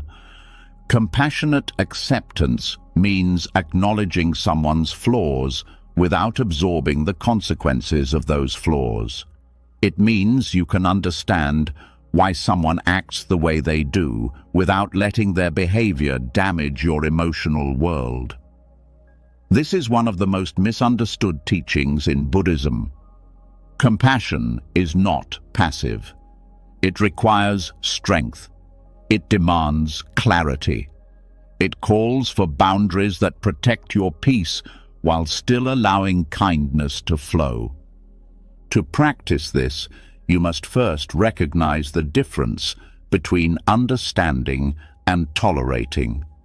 Understanding someone's history, wounds, or fears helps you see them with empathy. But understanding does not mean you must stay in situations that drain you. It does not mean you must accept disrespect. It does not mean you must remain silent when someone's actions cross your limits. Compassion can coexist with firmness. Boundaries are not punishments. They are expressions of self-respect. Many people avoid setting boundaries because they fear being unkind. But boundaries are acts of honesty. They tell the other person, I care about you, but I also care about myself. This balance prevents resentment, burnout, and emotional entanglement. Without boundaries, compassion becomes distorted. You end up carrying burdens that were never yours. You end up protecting people from the consequences of their own behavior, which prevents them from learning and growing. Compassionate acceptance also means seeing that everyone is shaped by their conditioning. People act from patterns developed long before you entered their life. Their reactions are reflections of their past. Their anger may come from old pain. Their defensiveness may come from fear. Their coldness may come from wounds they never addressed. Knowing this helps you take their actions less personally. But taking it less personally does not mean pretending it doesn't hurt. It means responding consciously instead of reacting impulsively. In relationships, this balance becomes essential. When someone acts from a place of hurt, your compassion lets you see the pain behind their behavior, but your clarity lets you decide whether their behavior is healthy for you. Compassion allows forgiveness. Clarity allows boundaries. The two must work together. If you have compassion without boundaries, you become depleted. If you have boundaries without compassion, you become cold. True acceptance blends both. Another aspect of compassionate acceptance is releasing the urge to fix people. When you care deeply, you may want to change someone's habits, heal their wounds, or teach them lessons they are not ready for. This desire feels loving, but it often becomes controlling. People grow on their own timelines, not yours. When you try to force their growth, you damage the connection. Compassionate acceptance allows people to walk their own path. You can support them, guide them when asked, and hold space for them, but you cannot do their work for them. It also requires accepting that some relationships cannot continue in their current form. When someone repeatedly crosses your boundaries, refuses to acknowledge harm, or uses your compassion as permission for their behavior, the compassionate choice may be distance, not out of anger, but out of wisdom. Stepping back is sometimes the most loving action, for you and for them. It creates room for growth that proximity prevents. Compassionate acceptance also helps you deal with disappointment more gracefully. When someone fails to meet your expectations, you do not collapse into resentment or blame. You understand that they acted from their limitations. You accept that no one will meet your needs perfectly. You communicate your needs clearly, but you do not demand perfection. This reduces conflict and creates space for healthier connection. This practice also transforms forgiveness. Forgiveness does not mean forgetting or allowing repeated harm. Forgiveness means removing the weight of bitterness from your heart so you can move forward with clarity. You can forgive someone and still choose distance. You can forgive someone and still maintain boundaries. You can forgive someone and still protect yourself. Forgiveness is a release of internal tension, not a continuation of unhealthy patterns. Compassionate acceptance also requires accepting your own limitations. You cannot be everything for everyone. You cannot carry every burden. You cannot heal every person you meet. This humility softens the pressure you place on yourself. It frees you from guilt when you choose yourself. It reminds you that compassion includes your own well-being. This balance reveals a deeper truth about compassion. It is an expression of wisdom, not sacrifice. It flows from openness, not obligation. It arises naturally when the heart is clear, not when it is tangled in guilt or fear. Compassion becomes steady when it is rooted in boundaries. It becomes powerful when it is paired with self-respect. It becomes healing when it comes from presence, not control. When you practice compassionate acceptance, you begin relating to others in a way that feels aligned with both kindness and truth. You stop expecting perfection from them. You stop expecting perfection from yourself. You learn to meet people with softness while protecting your own center. You care deeply, but you no longer lose yourself in the process. This middle path becomes one of the greatest freedoms you can experience. You no longer shut down to avoid pain. You no longer overextend to gain approval. You no longer confuse compassion with self-erasure. You walk through life with an open heart and steady feet, offering kindness without sacrificing your peace. As you learn to hold compassion without losing yourself, something else becomes noticeable. Beneath many struggles, emotional, relational, and internal, there is a quiet fear most people carry but rarely name. It hides behind perfectionism, defensiveness, overachievement, hesitation, and even kindness that sacrifices too much. It is the fear of failing. Not just the fear of making mistakes, but the fear of what those mistakes might say about who you are. And now that you're becoming more honest with yourself, this fear rises into view. This is the next doorway. There is a freedom that appears only when you stop treating failure as a threat to your identity. Most people react to mistakes as if they define their worth.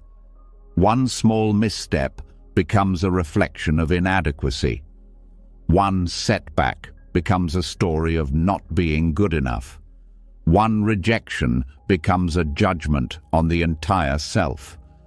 This internal collapse happens because the ego attaches identity to achievement. It believes your value lives inside success. When success wavers, the ego feels weak. When failure appears, the ego feels attacked. But there is a different path, one that allows failure without losing yourself. Acceptance gives you permission to lose, and that permission expands your life instead of shrinking it. When failure is no longer tied to identity, it becomes information rather than condemnation. It becomes feedback instead of shame. It becomes movement instead of paralysis. This is where real growth begins. The fear of failure often forms early in life. Many people grew up receiving love, approval, or attention only when they performed well. Mistakes were punished, criticized, or ridiculed. Over time, the mind learned to associate failure with rejection. The child who once feared losing love becomes the adult who fears losing worth. Without realizing it, they build their identity on doing things right. And anything short of perfect feels dangerous. But perfection is impossible, and a life built on the illusion of perfection is a life filled with anxiety. When you accept that failure is unavoidable, you remove the pressure that has been crushing you for years. You stop expecting yourself to perform flawlessly. You stop panicking when things go wrong. You stop believing mistakes mean something is wrong with you. Acceptance becomes the doorway through which you reclaim your natural courage. When you stop tying your value to performance, you unlock resilience. Resilience is not the ability to avoid failure, it is the ability to remain whole in the face of it. When failure does not break your identity, you bounce back faster, you learn more quickly, you try again without fear. The less you fear failure, the more creative and confident you become. The world becomes bigger because your fear no longer forces you to stay small.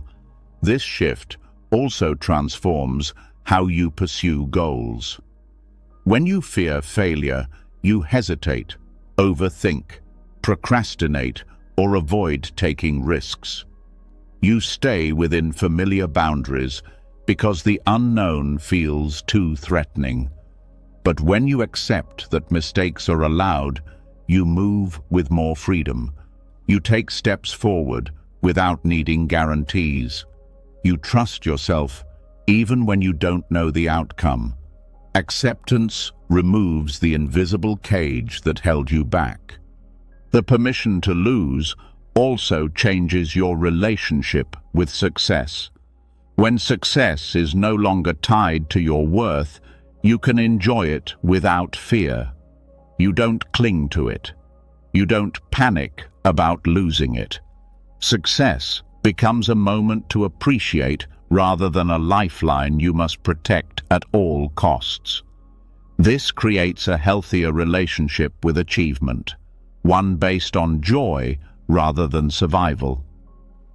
Another important aspect of accepting failure is learning to separate action from identity. When you say, "I failed," the ego feels attacked. When you say, "That didn't work," you remain whole. That simple shift protects your self-worth. Actions are temporary. They can be adjusted, improved, or changed. Your worth is not temporary. It is not something that appears only when you succeed. It is something you carry simply by existing. This shift also helps you handle criticism. When your identity is tied to performance, criticism feels like a threat. You react defensively, shut down, or attack back. But when failure no longer defines you, criticism becomes easier to hear. You can listen without collapsing. You can take what is useful and leave what is not. You remain stable because someone else's opinion does not change who you are. The permission to lose also strengthens relationships.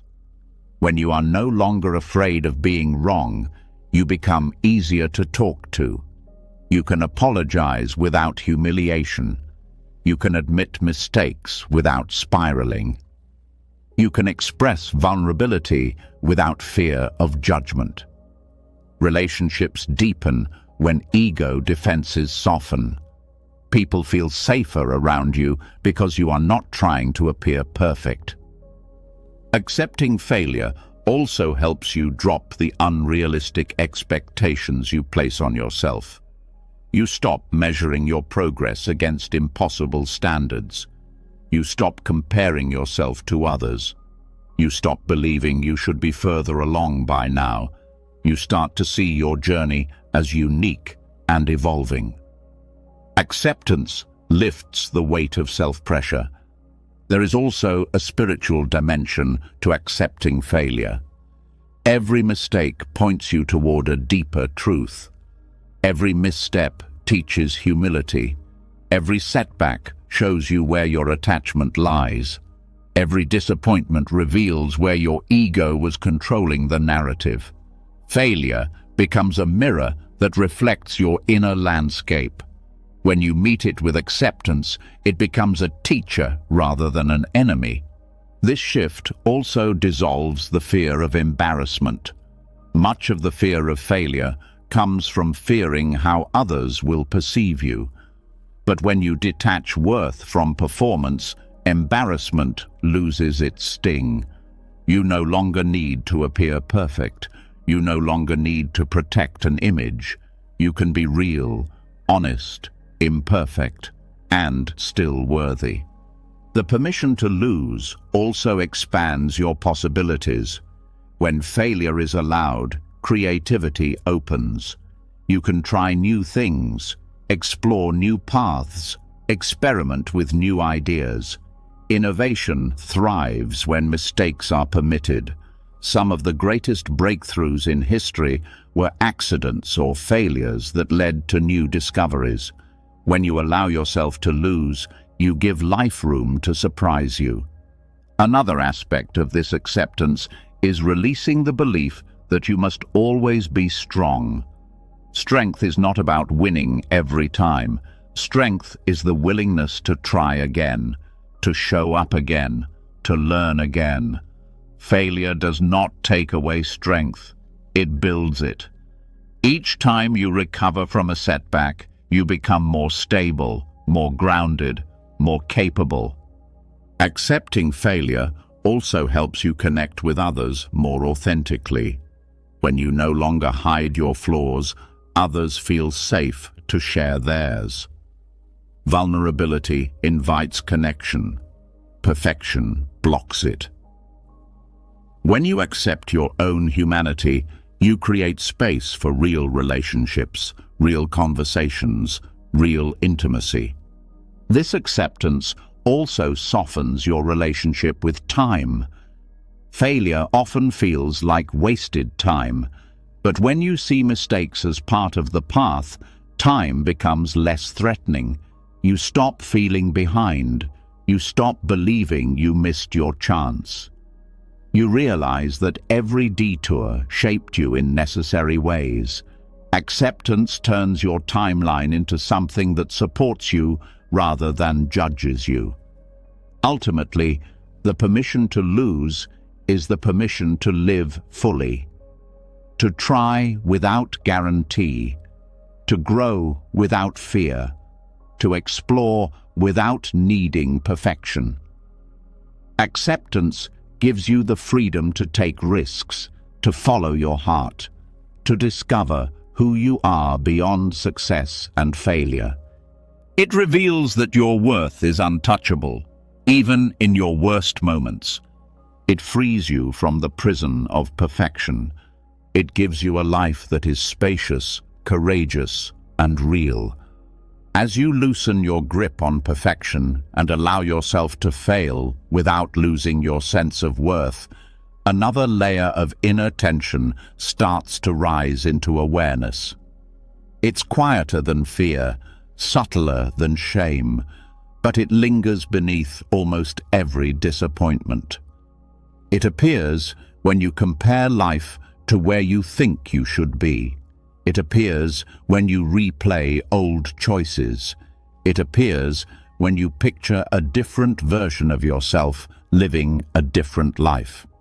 This hidden tension comes from the alternate realities the mind keeps creating, those endless if-only stories that pull you away from the present and anchor you to fantasies that never existed. This is the next doorway you're ready to walk through. There is a kind of suffering that doesn't come from what you've lost or what actually happened. It comes from what could have happened, what should have happened, what you believe would have happened if life had gone according to your expectations. The mind creates alternate lives the way clouds create shadows, effortlessly and constantly. A version of you who made different choices. A version of you with a different job, partner, body, personality, timeline, or path. These imagined versions follow you everywhere, quietly whispering that your life would be better if only you had done something differently. This mental habit creates a trap. You begin comparing your real life to a fictional one your mind invented. No matter how rich or meaningful your actual experiences are, the imagined version always seems better. This is because the if-only life is edited. It's missing the struggles, the realities, the complexity. It's a polished fantasy curated to make you feel like you came up short. The more you indulge it, the more you feel disconnected from your real life. The mind creates these fantasies because it dislikes uncertainty.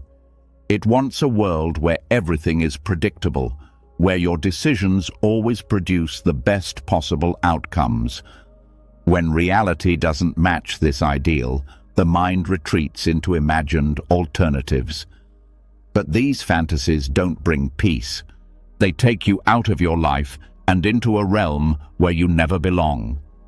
This creates longing, regret, and dissatisfaction, even when nothing is wrong in the present moment. Letting go of these alternate lives begins by recognizing that they are illusions. They do not exist. They never existed. They are constructed from selective memories, exaggerated hopes, and fear-driven projections. When you compare your actual life to an imagined life, you are measuring reality against fiction. Reality will always lose this comparison, not because it is lacking, but because fiction has no flaws. Another aspect of the if-only trap is the pressure it creates. You start believing there was a perfect path you should have taken, but the idea of a perfect path is false. Life unfolds one moment at a time. Choices are made with the knowledge, resources, and emotional capacity you had at that time.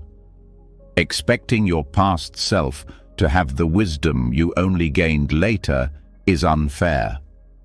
Growth always happens after the moment, not before it. Your past self was not wrong, they were simply earlier in the journey. These imagined alternatives also distort your relationship with time.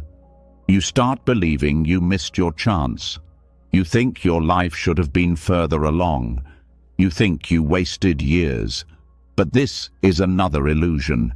Every choice you made, even the ones you now question, built the person you are today.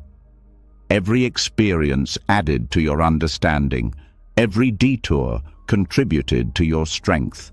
There are no wasted years when you see your life as a continuous unfolding instead of a race against imagined timelines. Letting go of the if-only stories also frees you from resentment. Much resentment comes from comparing your life to a version where someone treated you differently or where circumstances were more favorable. But when you realize that the alternate version is fiction, resentment loses its fuel. You stop blaming others for outcomes that were never guaranteed. You stop blaming yourself for paths you didn't know you needed to take.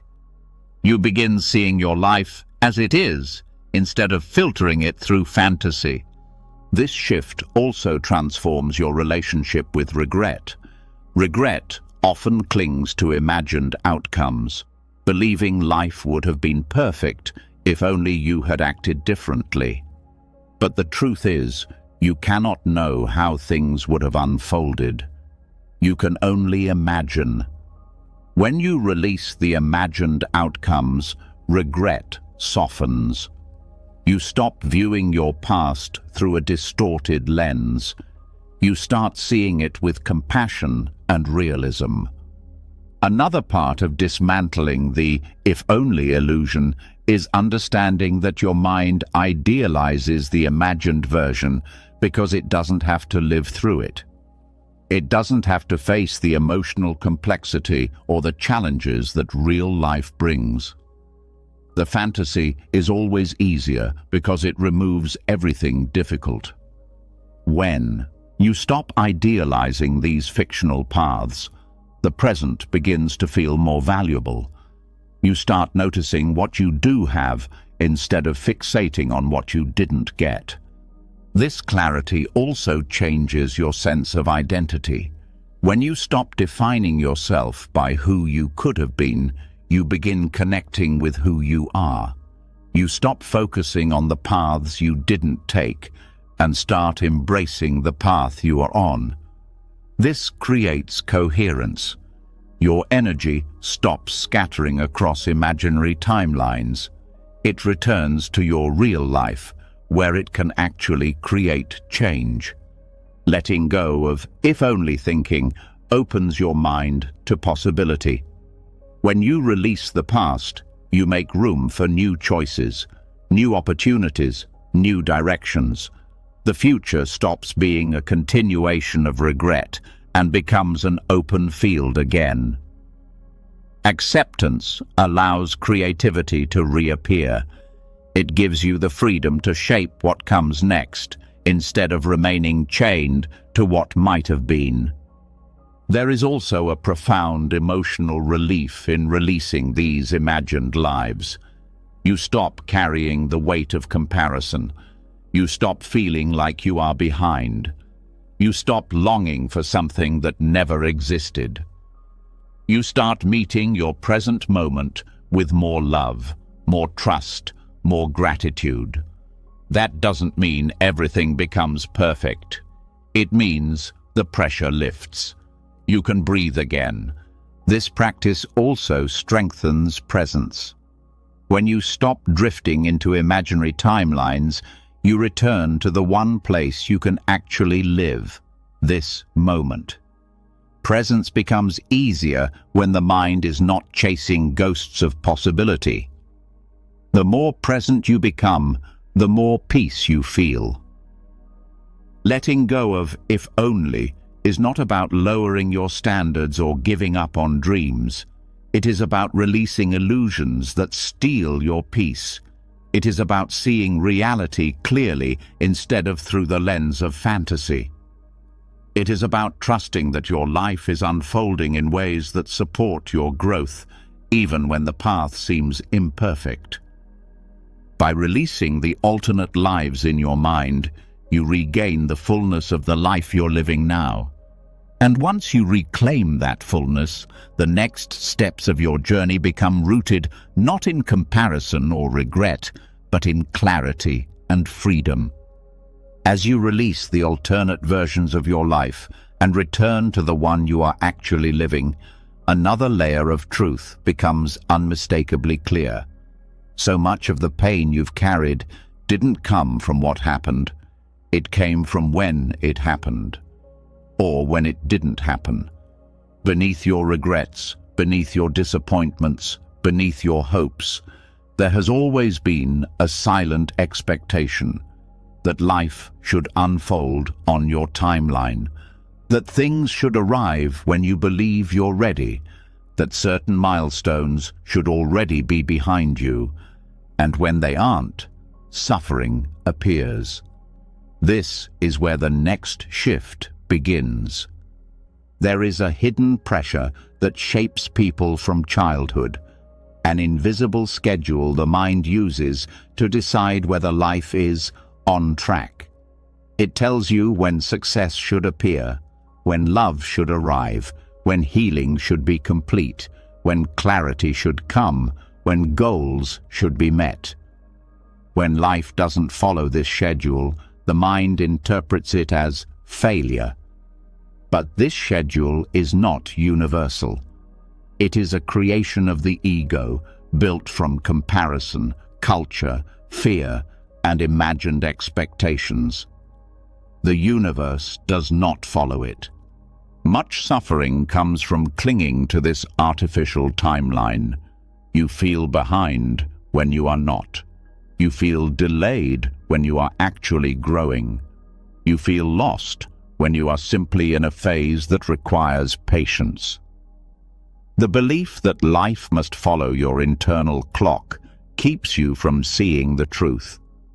Life has always been moving at its own pace, one far wiser than the mind's expectations.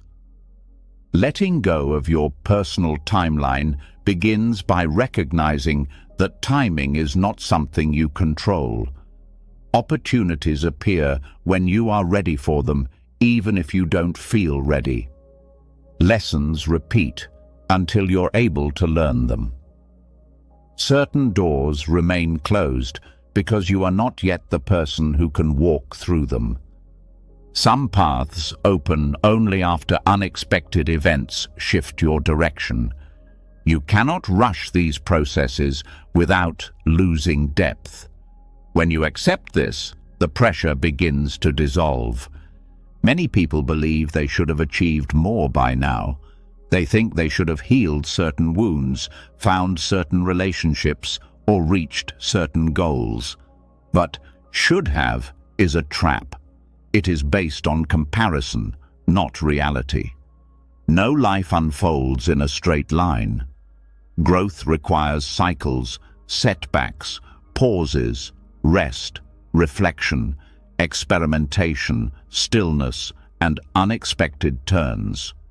When you accept that these are part of your timeline, you stop fighting them. This acceptance also changes how you interpret delays. A delay is not punishment. It is protection. It is preparation. It is alignment. The moment you are asking for may not bring peace yet. The opportunity you want may require skills you haven't developed. The relationship you desire may require a version of you that still needs to emerge. Life is not withholding, it is organizing. It is arranging circumstances in ways you cannot yet see. Another part of releasing timeline attachment is recognizing how much anxiety comes from rushing. Rushing comes from fear of missing out, fear of falling behind, fear of being judged, fear of failing. When you rush, you miss the depth of the moment you're in. You skip lessons, you skip clarity, you skip inner development. Slowing down does not delay your life. It brings you into alignment with it. The mind often believes that faster means better, but growth has its own rhythm. Healing takes the time it takes. Insight arrives when it arrives. Love comes when it is ready. Trying to force timing disrupts the natural unfolding of your journey. When you accept uncontrollable timing, you feel less pressure to move quickly and more trust in the wisdom behind the pace of your life. Your relationship with goals also changes. When you cling to timelines, goals become sources of stress. You measure your worth by how quickly you achieve them. You feel discouraged when progress slows. But when you release the timeline, goals become intentions, not demands. You still work toward them, but without the fear-driven urgency. This makes your effort lighter, clearer, and more sustainable. You move from pressure to purpose. Letting go of timing also transforms how you view setbacks. When something doesn't work out when you hoped it would, your mind assumes something went wrong, but often something went right. A setback may redirect you to a better path. A loss may clear space for what truly aligns with you. A pause may prevent you from rushing into a situation that would have harmed you. When you stop judging timing, you begin to see how every delay had meaning. This acceptance changes your relationship with patience. Patience stops feeling like waiting. It becomes trust. It becomes peace. It becomes partnership with the universe instead of resistance to it. You start to understand that the right things do not need to be forced. They arrive with a sense of natural unfolding. They meet you at the moment you can receive them fully. Releasing your timeline also quiets comparison. Every person's life unfolds according to their unique lessons, their unique karma, their unique path. Comparing your timing to someone else's is like comparing sunrise in one part of the world to sunset in another. They are not meant to match. When you stop comparing timelines, your self-esteem rises. You feel grounded in your own path instead of judging it by external standards. Another important part of letting go of timing is recognizing that your worth does not depend on the speed of your progress. Slow growth is not failure. Delayed progress is not incompetence. Unfinished healing is not weakness. Your journey is not a race. It is a process, a deep one, a meaningful one, a sacred one. When you stop punishing yourself for not being there yet, peace begins to take root inside you. This surrender also brings new clarity about desire. Not everything you want is meant for you at the moment you want it. Some desires arise from fear, some from comparison, some from old wounds. When timing does not align, it is not rejection. It is refinement. It is life shaping your desires into something truer, deeper, more aligned with your evolution. Letting go of timing attachment also strengthens your intuition. When you stop rushing into the future, you become more attuned to the present. Your inner voice becomes clearer. You sense the next step instead of forcing one. Decisions become less stressful because they come from alignment, not panic. There is also freedom in realizing that you cannot fall behind. Life does not have a scoreboard. Your path is not measured by milestones, but by presence, awareness, and sincerity. You are not late. You are not early. You are exactly where your life needs you to be for the next part of your unfolding. When you let go of your personal schedule and accept the universe's timing, the weight you've been carrying begins to dissolve. You no longer live in conflict with the pace of your own life. You stop chasing timelines that were never yours. You feel peace not because everything is perfect, but because you stop demanding that everything happen now. This acceptance changes how you move through the world. You walk with less urgency and more presence. You trust your path. You stop comparing, rushing, and forcing. You begin to see timing not as something to control, but as something to cooperate with. And in that cooperation, life starts meeting you in ways it couldn't before. As you release your grip on timing and begin trusting the deeper rhythm of your life, something else becomes easier to notice. Even when your mind agrees with acceptance, your body often tells a different story. Your shoulders still tighten when plans change. Your breath still shortens when uncertainty appears. Your stomach still knots when emotions rise. Your jaw still clamps when you try to stay composed.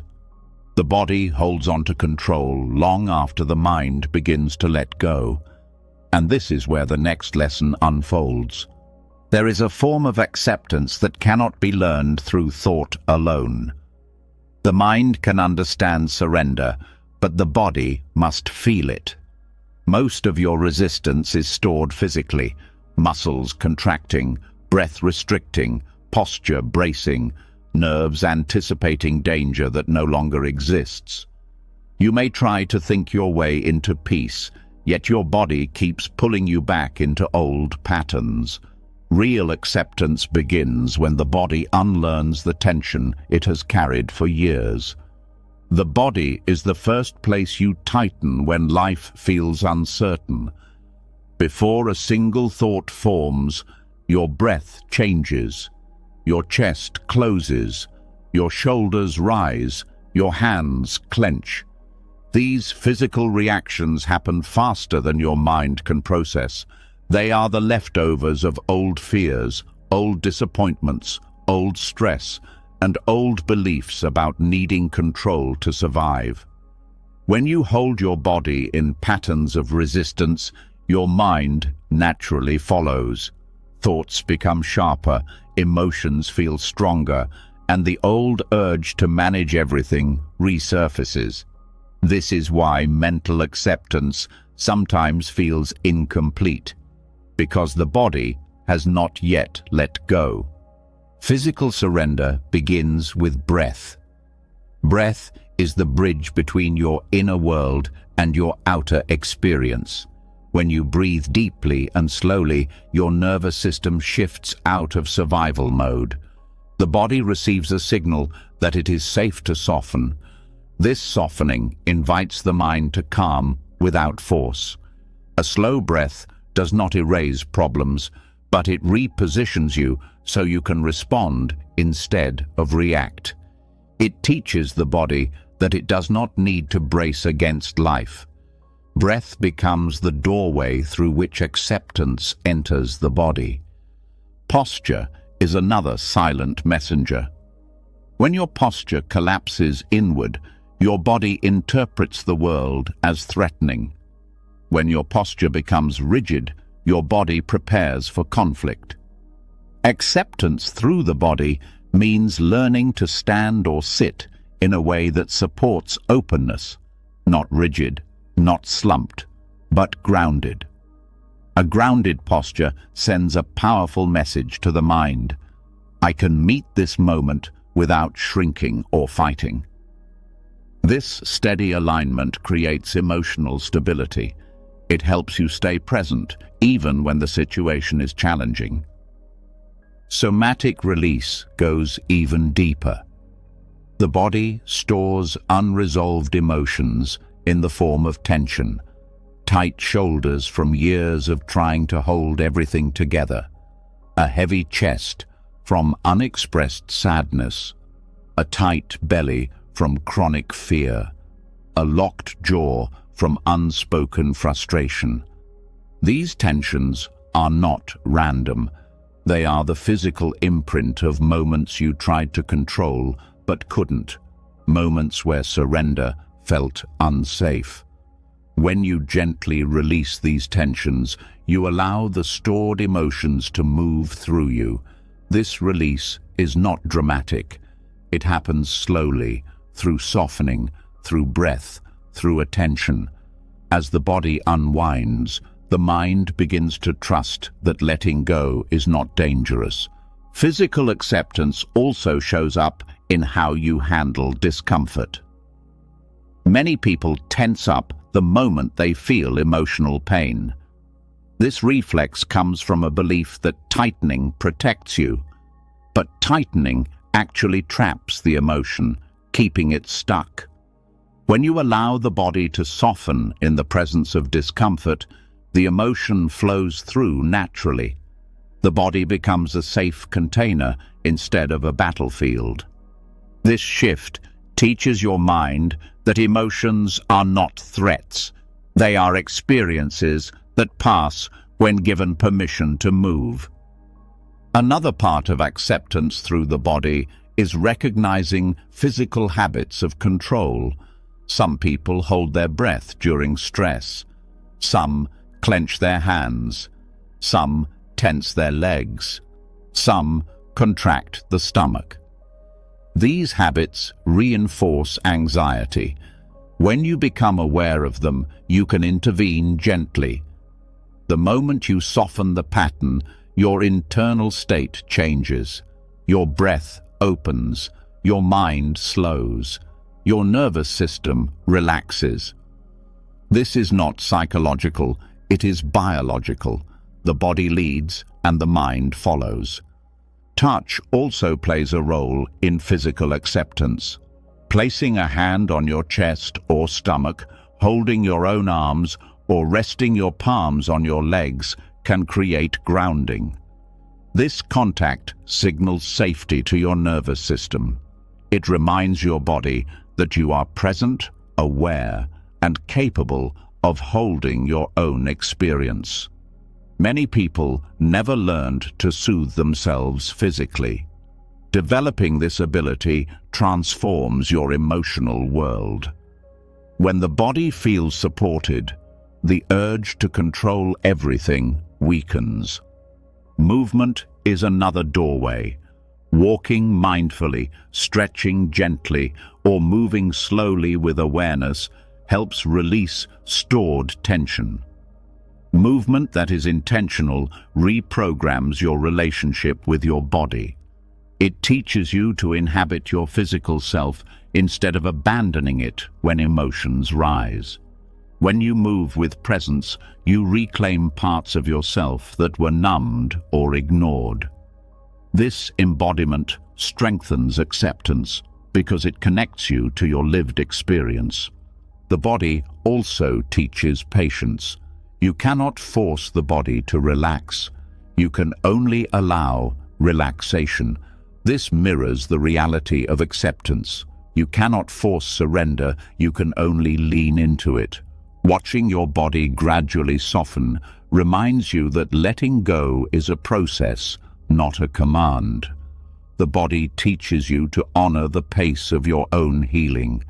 It shows you where resistance still lives and where trust has begun to grow. Acceptance through the body also changes how you relate to stress. Stress becomes something you can feel without collapsing into worry. You sense the tension rise, you breathe, you soften, and you let it move through. Instead of spiraling into mental panic, you allow the body to guide you into calm. This builds resilience. You realize you can handle discomfort without controlling your environment. Over time, your body becomes a partner instead of a prisoner. You stop using it as a storage unit for suppressed emotions. You stop punishing it with tension. You stop ignoring its signals. You listen to it. You support it. You work with it. And as this relationship heals, the mind becomes more peaceful than any amount of thinking could create. This physical surrender has a profound effect on your identity. You no longer feel like someone fighting life. You feel like someone moving with life. The body learns to trust the present moment. The nervous system learns to rest. The breath becomes anchored. The mind follows this new stability. Thoughts become clearer, emotions become lighter, and acceptance becomes embodied rather than intellectual. And in this embodied acceptance, you discover something life-changing. You don't need to control life to feel safe. You only need to feel safe in your own body. As you begin to feel the body soften and release patterns that have held you for years, you start noticing something subtle but powerful. Even when the body relaxes and the breath opens, there are moments when tension still rises, not from fear, not from trauma, not from timing, but from your expectations about how life should be. These expectations are invisible, yet they shape your reactions more than any external event. They sit beneath your thoughts like silent rules, creating frustration, disappointment, and pressure. This is where the next layer of acceptance begins. There is a kind of suffering that grows not from what happens, but from the belief that what happened is wrong simply because it does not match your inner script. You carry hidden rules. People should behave a certain way. Conversations should unfold smoothly. Plans should go as intended. Emotions should appear or disappear on command. Relationships should meet your needs effortlessly, and life should be fair, predictable, and aligned with your desires. These rules feel normal because they form quietly over years, but they create an invisible cage you live inside without realizing it. Expectations turn neutral moments into painful ones. A person arrives late and irritation rises because they should be on time. A friend forgets something important and hurt appears because they should have remembered. Someone speaks sharply and you feel offended because they should talk more kindly. A plan changes and frustration takes over because things should follow the original path. The world becomes exhausting not because it is unkind, but because it refuses to obey your internal rulebook. Releasing these expectations does not mean lowering your standards or accepting mistreatment. It means seeing the difference between what is reasonable to request and what is unrealistic to demand. A request is flexible. A demand is rigid. Requests allow room for human nature. Demands collapse under the weight of reality. When you release the shoulds and replace them with preferences, your emotional world becomes lighter. You can still want things to go a certain way, but you stop believing they must. These hidden rules often come from fear and past pain. If you grew up in chaos, you may expect life to be ordered to feel safe. If you grew up feeling unseen, you may expect others to understand your needs without being told. If you grew up judged, you may expect perfection from yourself to avoid criticism. These expectations are attempts to control outcomes, but they trap you inside patterns that hurt more than they help. One powerful step in releasing expectations is recognizing how often they create tension in your relationships. You expect others to read your mind, to feel what you feel, to prioritize what you prioritize, to apologize the way you want, to show love the way you prefer, to respond with the exact emotional timing you need. When they don't, your hidden rules turn into disappointment. But people cannot live inside rules they never agreed to. When you release these invisible demands, connection becomes more real and less strained. You begin accepting people as they are, instead of trying to reshape them into your expectations. Another layer of expectation involves your relationship with yourself. You pressure yourself with internal demands. You should be stronger, calmer, more productive, more confident, more successful, more healed. You should never make mistakes. You should never feel insecure. These internal shoulds create constant pressure. When you fail to meet them, as everyone eventually does, you attack yourself. But your worth does not grow from meeting unrealistic expectations. Your worth is already present. Releasing harsh self-demands is a form of emotional freedom. Expectations also shape your reaction to the world. You expect life to be predictable, smooth, and fair. When difficulties arise, your expectations make the situation feel worse. The mind says, "This shouldn't be happening." But suffering comes from resisting reality, not from the event itself. Life has never followed a strict script. When you stop demanding that it should, your ability to adapt grows. You face challenges with clarity instead of resistance. Another area affected by expectations is emotional expression. You might expect yourself to feel good all the time, or to move through emotions quickly, but emotions follow their own rhythm. They cannot be controlled through expectations. When you allow yourself to feel without judgment, acceptance replaces self-criticism. The body relaxes, the mind softens. Healing becomes more natural. Releasing expectations also means letting go of entitlement, not in a moral sense, but in an emotional sense. The belief that life owes you ease, that people owe you understanding, that circumstances owe you comfort, creates disappointment. Life owes nothing, yet it gives endlessly. People owe nothing, yet they offer when they can. When entitlement dissolves, gratitude expands. You begin noticing what is present instead of mourning what is not.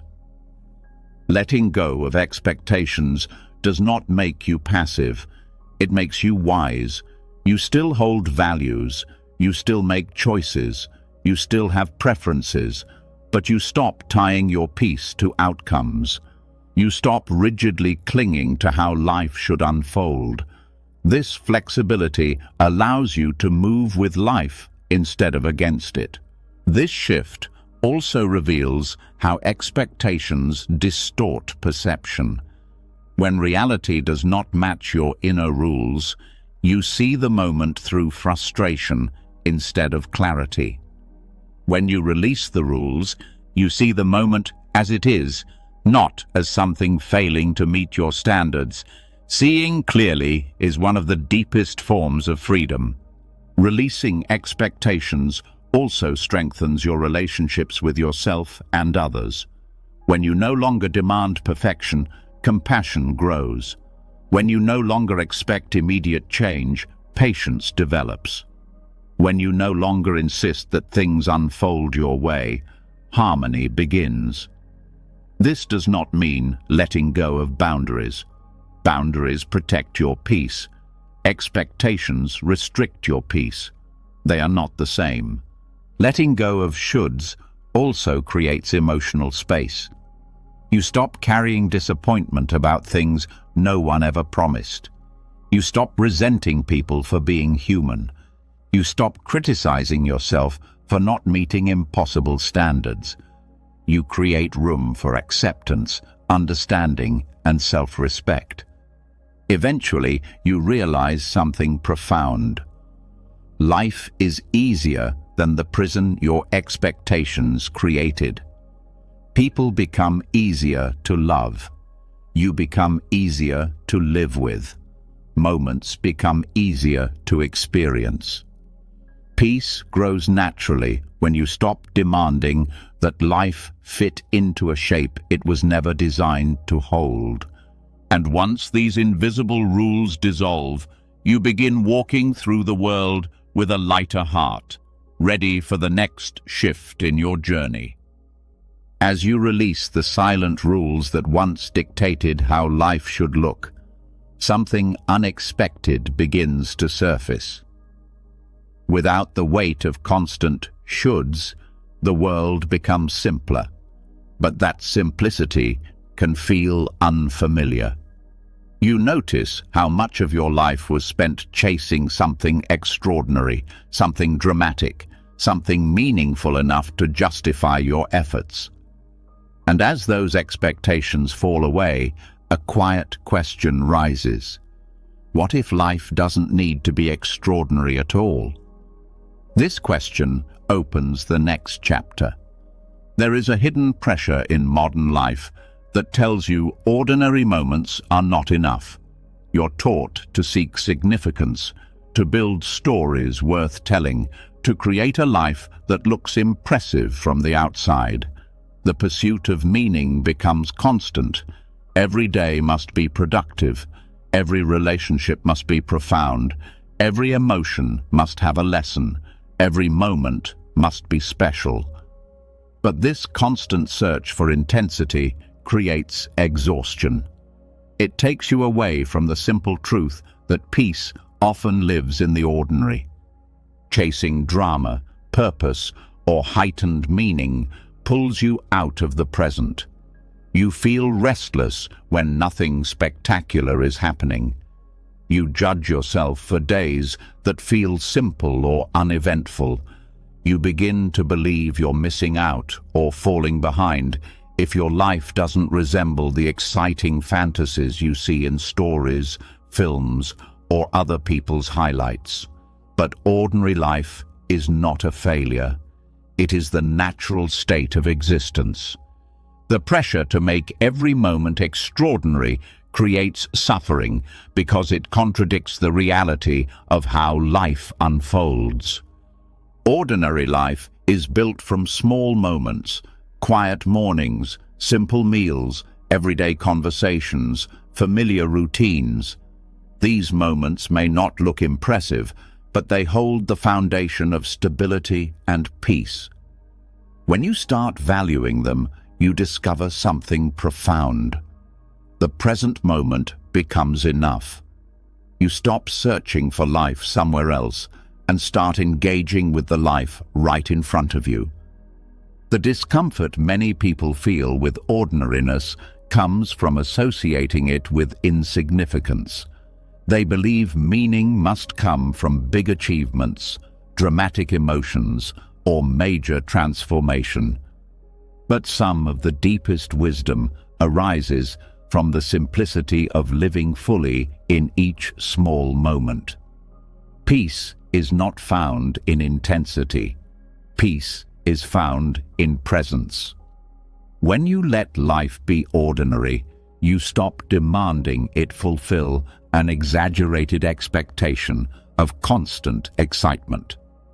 When you stop chasing extraordinary experiences, your nervous system relaxes. You feel less urgency, less pressure, less comparison. You stop measuring your life against unrealistic standards. Ordinary moments become beautiful because they are real, consistent, and accessible. They don't require effort to create. They simply exist, waiting for you to notice them. Letting life be ordinary also helps you let go of emotional addiction. Many people become attached to emotional highs and lows because they make life feel meaningful. Drama becomes a substitute for depth. Intense emotions feel alive even when they are painful. But living on the edge of emotional extremes creates instability. It drains your energy. It disrupts your peace. Ordinary emotional states, a calm day, a steady mood, a simple joy, offer a more grounded kind of meaning. Allowing ordinariness does not remove purpose. It clarifies it. Instead of searching for meaning in grand gestures, you find meaning in consistency, kindness, small improvements, quiet acts of love, and the steady growth of your inner world. Meaning becomes woven into daily living instead of being chased as a separate goal. Another benefit of embracing the ordinary is the shift in how you view your progress. When you expect dramatic breakthroughs, slow growth feels disappointing. But real growth is gradual. It happens in small shifts, subtle realizations, and everyday choices. When you stop looking for sudden transformation, you start recognizing the progress you've already made. You appreciate the patience it takes to evolve. Ordinary living also deepens connection. When you are not trying to turn every interaction into something significant, relationships feel more natural. You enjoy simple conversations without overanalyzing. You appreciate someone's presence without needing perfect alignment. You stop expecting people to give your life meaning and start enjoying them for who they are. This creates authenticity. Letting life be ordinary also softens self-judgment. When you stop expecting yourself to live a remarkable story every day, you free yourself from pressure. You no longer feel the need to be extraordinary to feel worthy. You allow yourself to rest, breathe, and be human. This acceptance creates emotional space. It strengthens self-respect. Even productivity becomes healthier. When every day doesn't need to be groundbreaking, you stop pushing yourself into burnout. You work steadily instead of desperately. You measure success by consistency rather than intensity. This shift creates long-term stability instead of short bursts of effort that leave you drained. Ordinary moments also teach presence. When you're not looking for the next big thing, you start seeing the details: warm light on a wall, the sound of someone laughing, the feeling of the breeze, the comfort of familiar routines. These small things were always there, but chasing meaning made them invisible. When you stop searching for more, you finally notice what already exists. Letting life be ordinary also heals the part of you that felt empty when life felt predictable. That emptiness was not caused by ordinariness. It was caused by resisting it.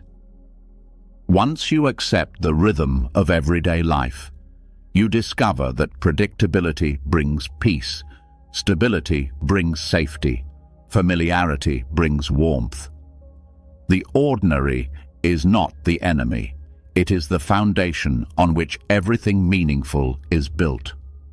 This acceptance also helps you release comparison. When you're no longer chasing a dramatic life, you stop comparing your journey to others. You realize that everyone is living a life filled with small moments, no matter how glamorous it appears from the outside. Comparison loses its power when you value your own daily experience. Embracing the ordinary is not about lowering your expectations. It is about freeing yourself from unrealistic ones. It is about understanding that life is not meant to be a constant highlight reel.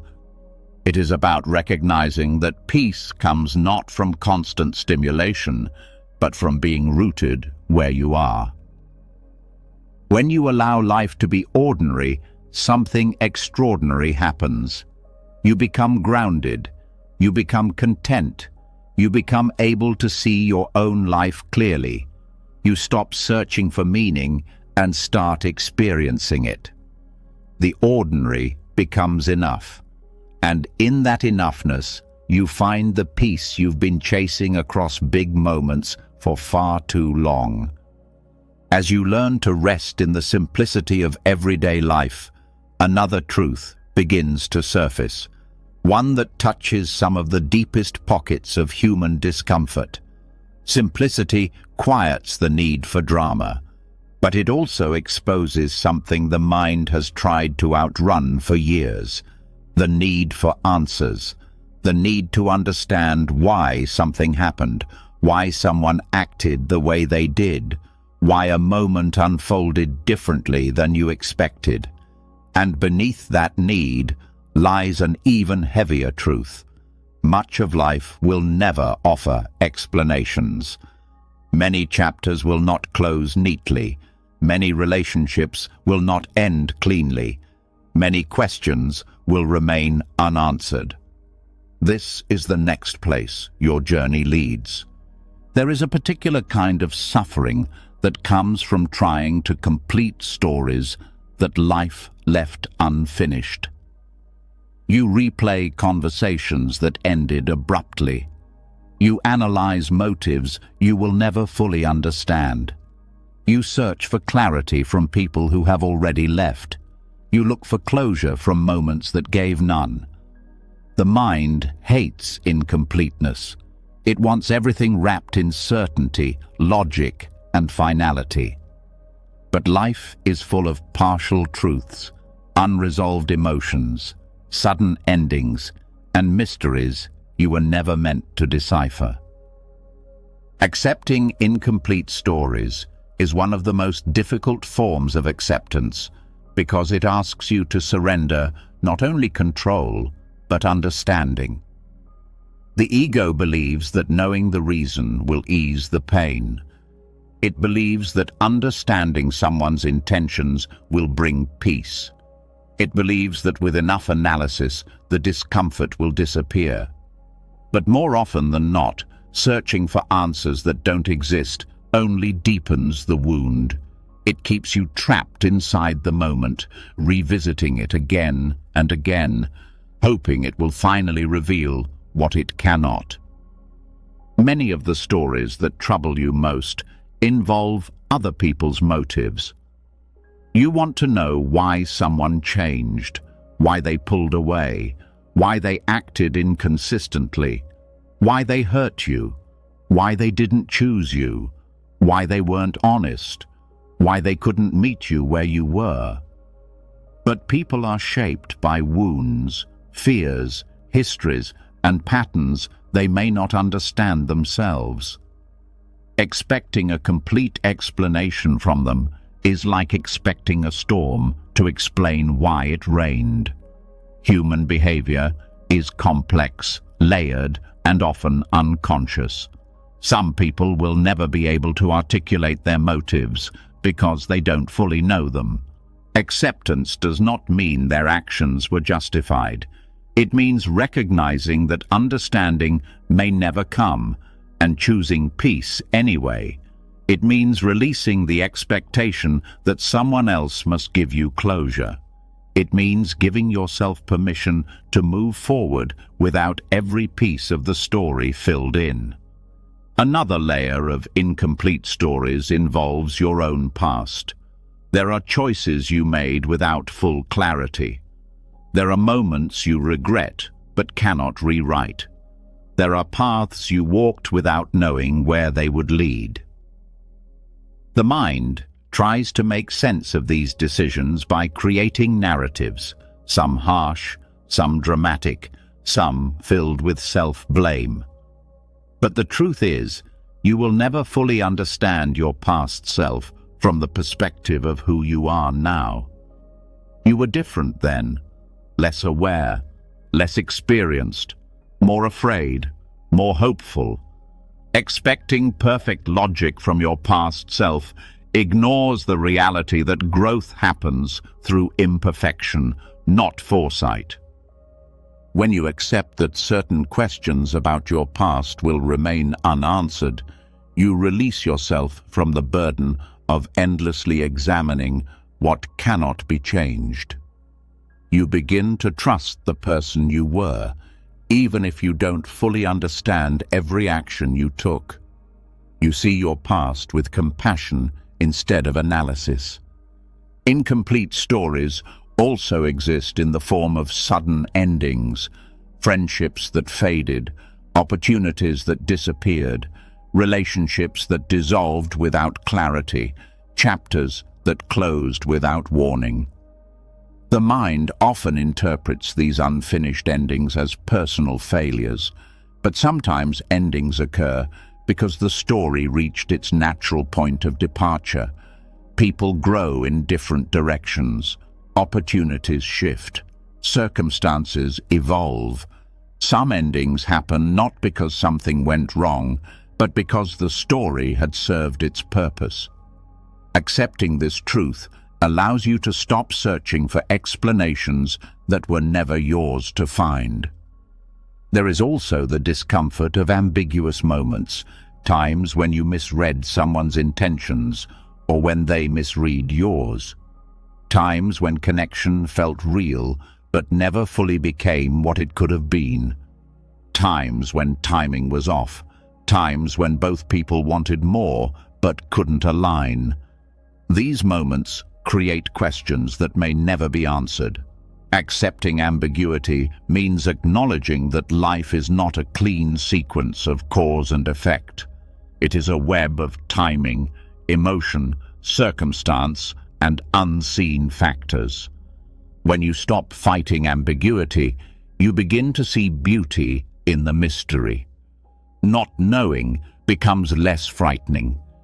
You realize that incomplete stories do not mean your life is incomplete. They simply mean your journey is still unfolding. Accepting incomplete stories also strengthens your ability to be present. Much of rumination comes from trying to make sense of what already happened. Much of anxiety comes from trying to predict what will happen next. When you accept that many stories in your life will remain unfinished, you free yourself from the need to mentally control them. You return to the present with more ease because the past no longer demands constant analysis. Another aspect of this acceptance is understanding that closure is something you give yourself. It does not depend on someone else's explanation, apology, or clarity. Closure happens when you stop searching for reasons and begin focusing on what you can carry with peace. It happens when you stop needing the story to be complete in order to move forward. It happens when you allow yourself to walk away from a chapter even when you don't know the full truth. Accepting incomplete stories also deepens emotional maturity. You stop expecting perfect communication from others. You stop expecting logic from emotional situations. You stop expecting fairness from unpredictable events.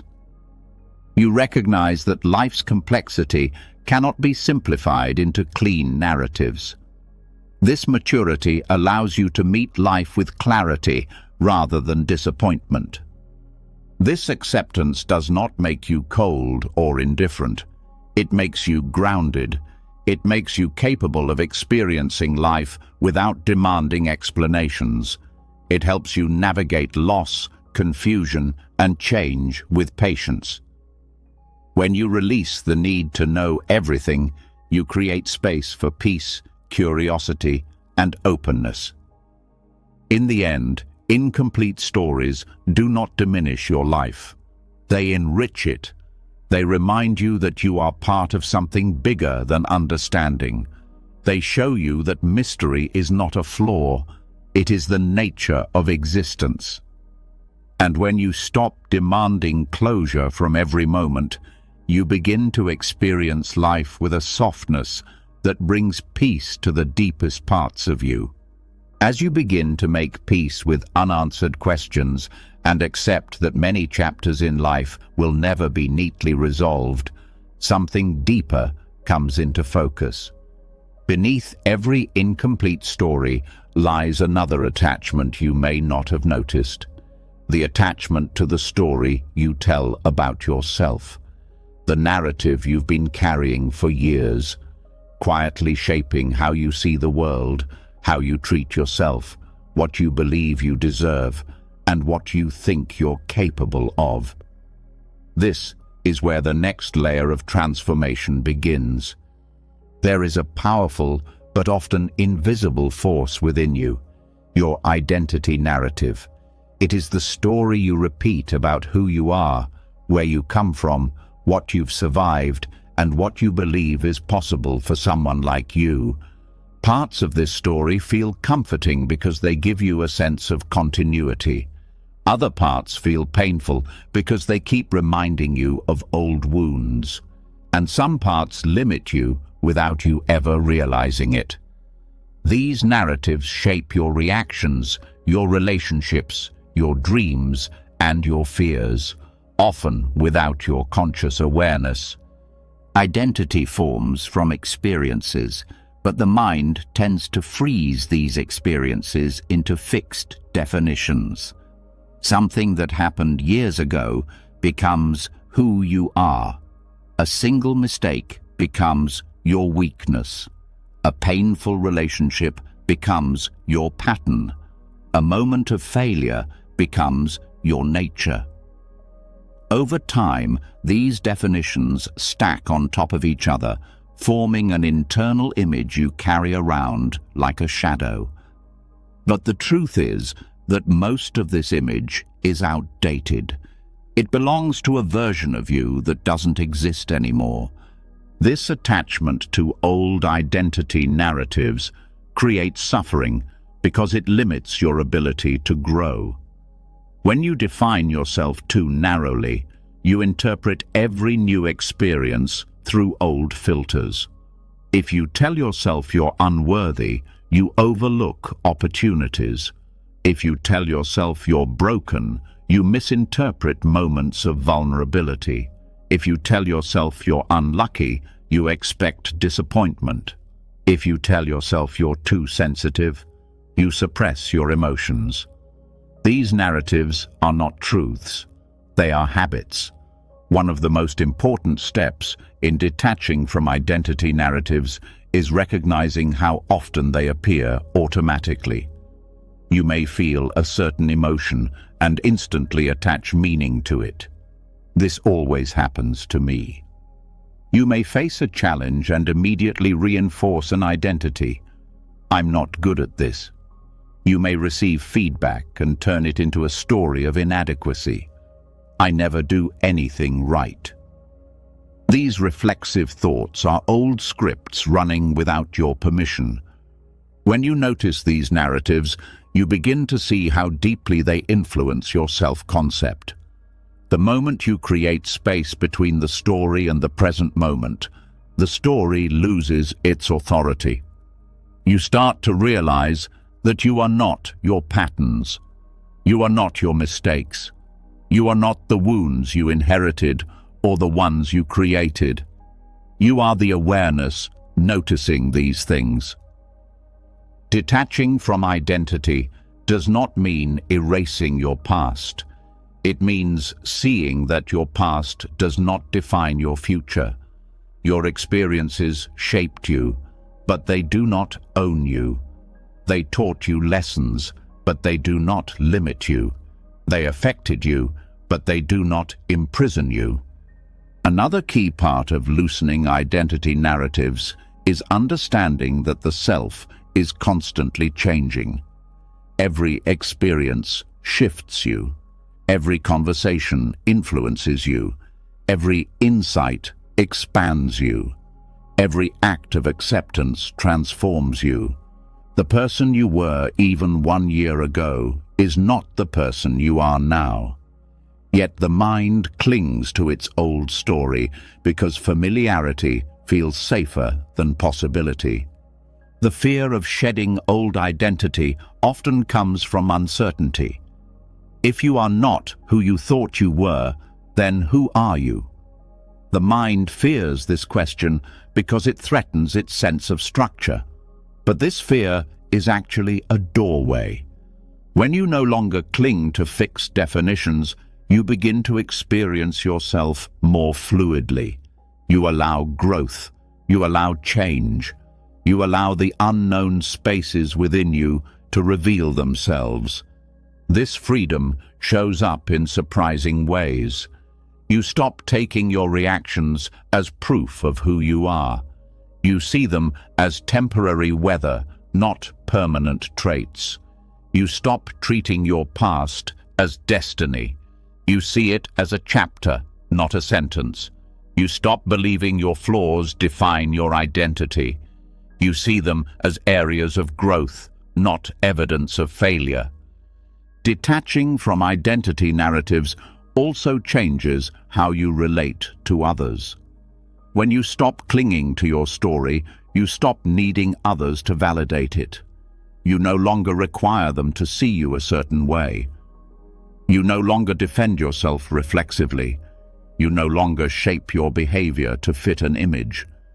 This freedom creates authenticity. You relate to others from presence rather than ego. It also softens conflict.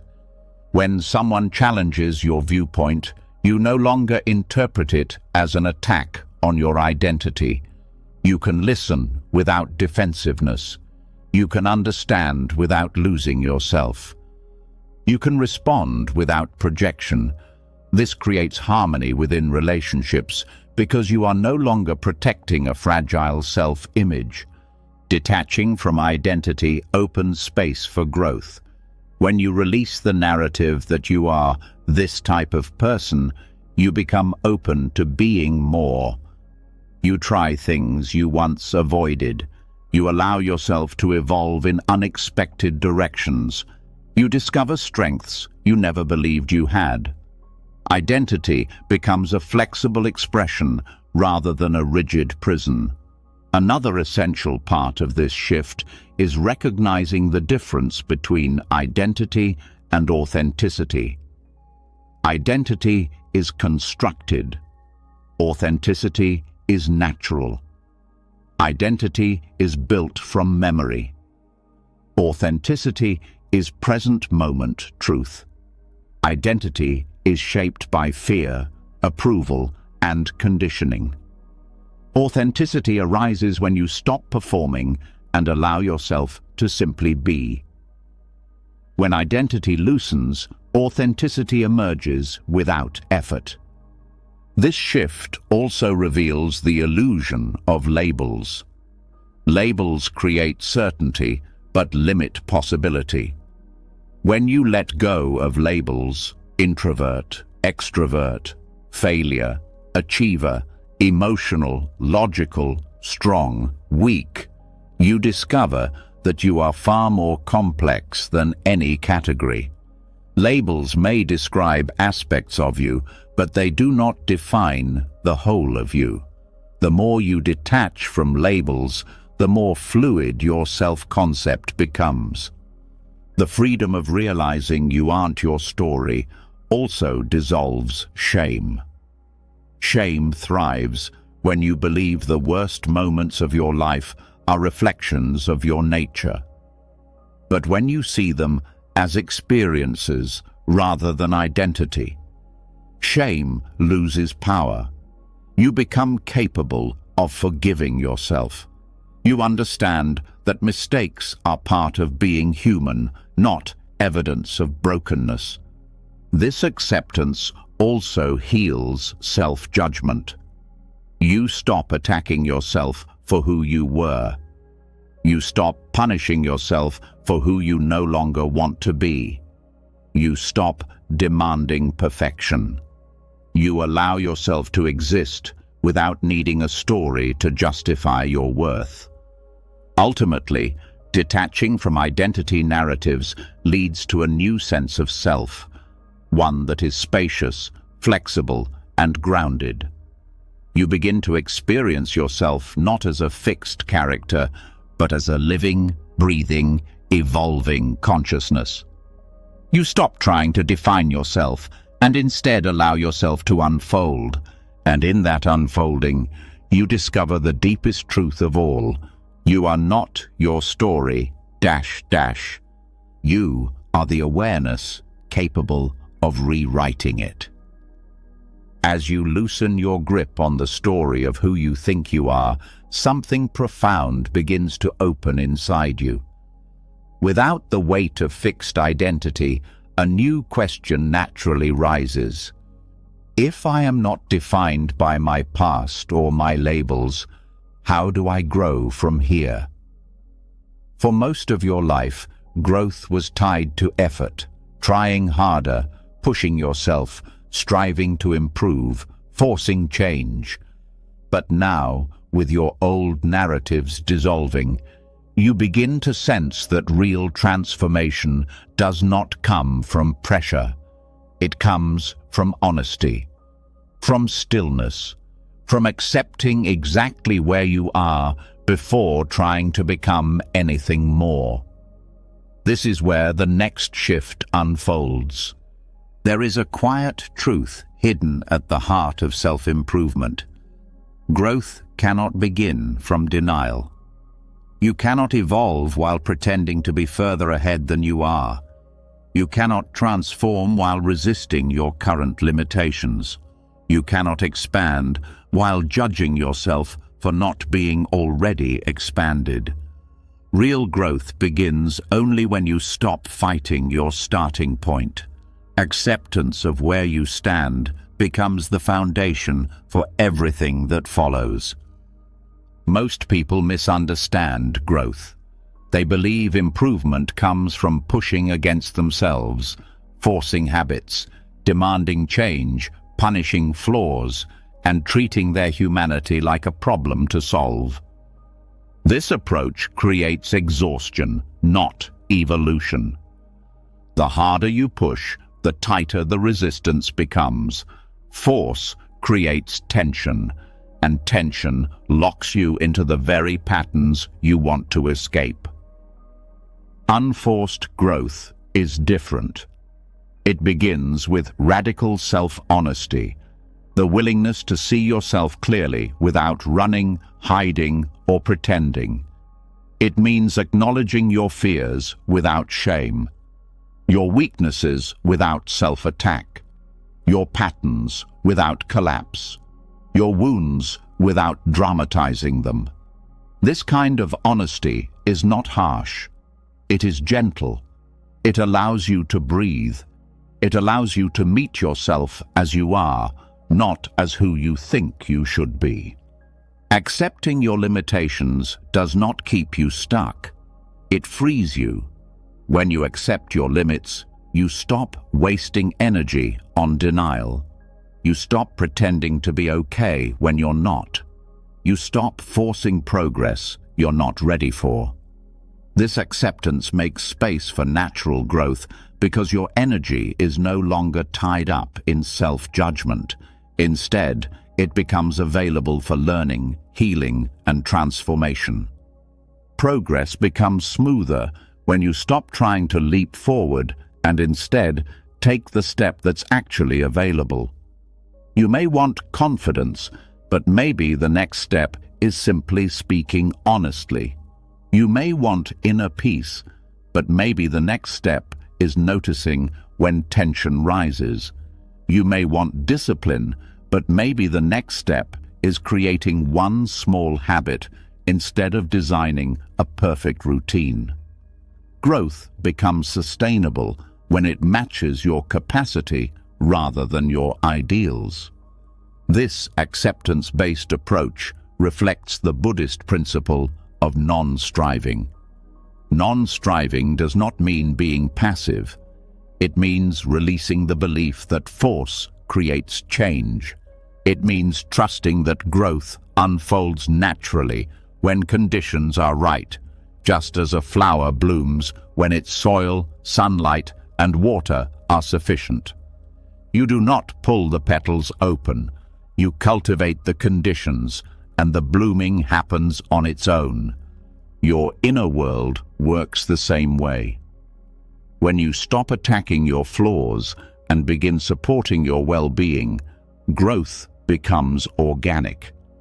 Instead of pushing yourself to become someone else, you create a nurturing environment for the person you are to evolve. This shift from force to support transforms your entire relationship with improvement. Unforced growth also requires patience. Growth happens in cycles: expansion, plateau, integration, rest.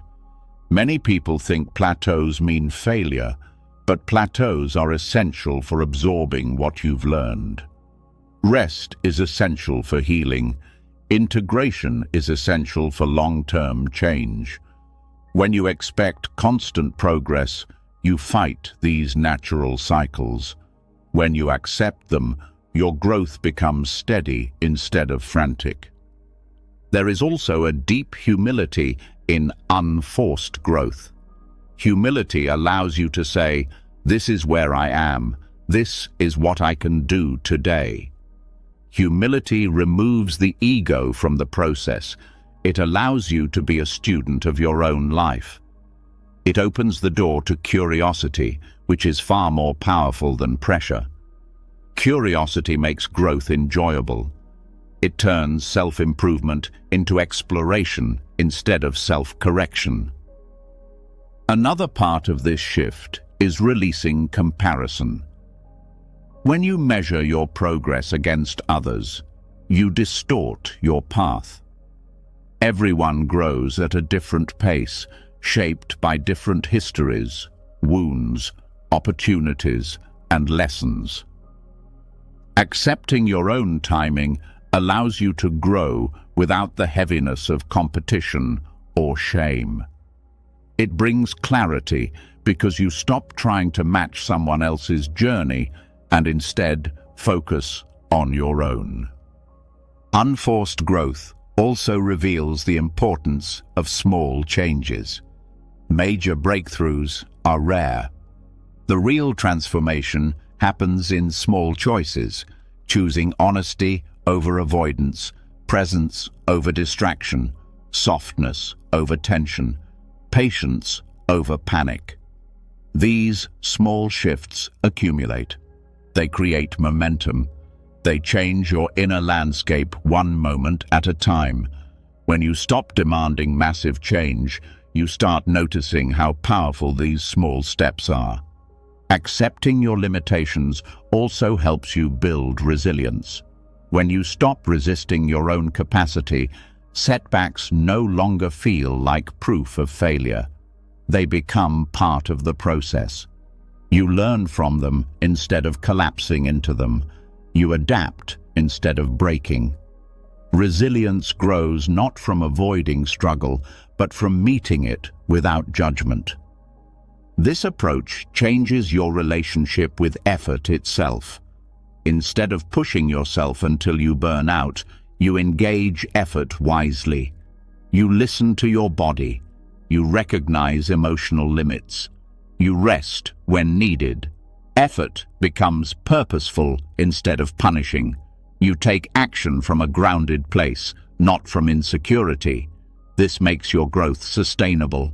Unforced growth also deepens self-compassion. Compassion is not indulgence. It is the recognition that harshness has never created lasting change. Compassion supports growth because it keeps your heart open. It prevents you from quitting when things get hard. It helps you forgive yourself when you fall short. It reminds you that you are worthy even when you struggle. As you integrate this kind of growth, you begin to understand that becoming better is not about chasing an improved version of yourself.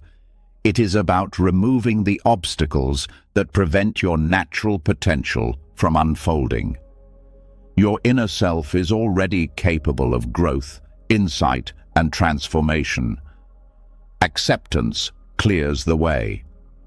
Eventually, you reach a point where growth no longer feels like self-improvement. It feels like self-remembering. The more you accept your current limits, the more you discover what has always been possible.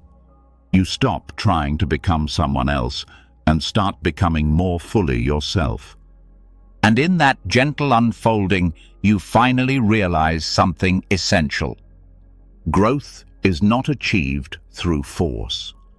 It is revealed through acceptance. As you begin to grow without force and embrace your own limits with honesty and compassion, another truth starts rising into view. one that challenges some of the deepest assumptions you've carried about relationships. You begin to see that much of your suffering did not come from who people were, but from who you believed they should become. And as you soften toward yourself, the next step becomes unavoidable, learning to soften toward the true nature of others. This is where a profound kind of freedom begins.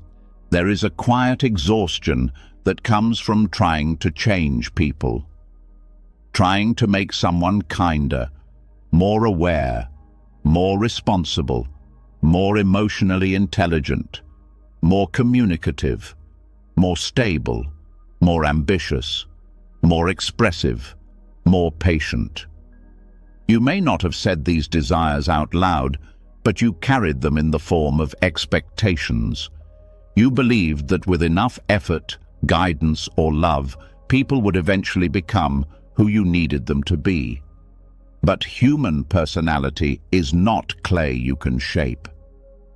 Much of who a person is comes from traits rooted deeply: temperament, history, values, emotional style, coping patterns, and ways of seeing the world formed long before you met them. Accepting this reality brings a new kind of peace, not because you stop caring, but because you stop fighting what you cannot change. This acceptance does not mean tolerating harmful behavior. It means recognizing the difference between a preference and a pattern.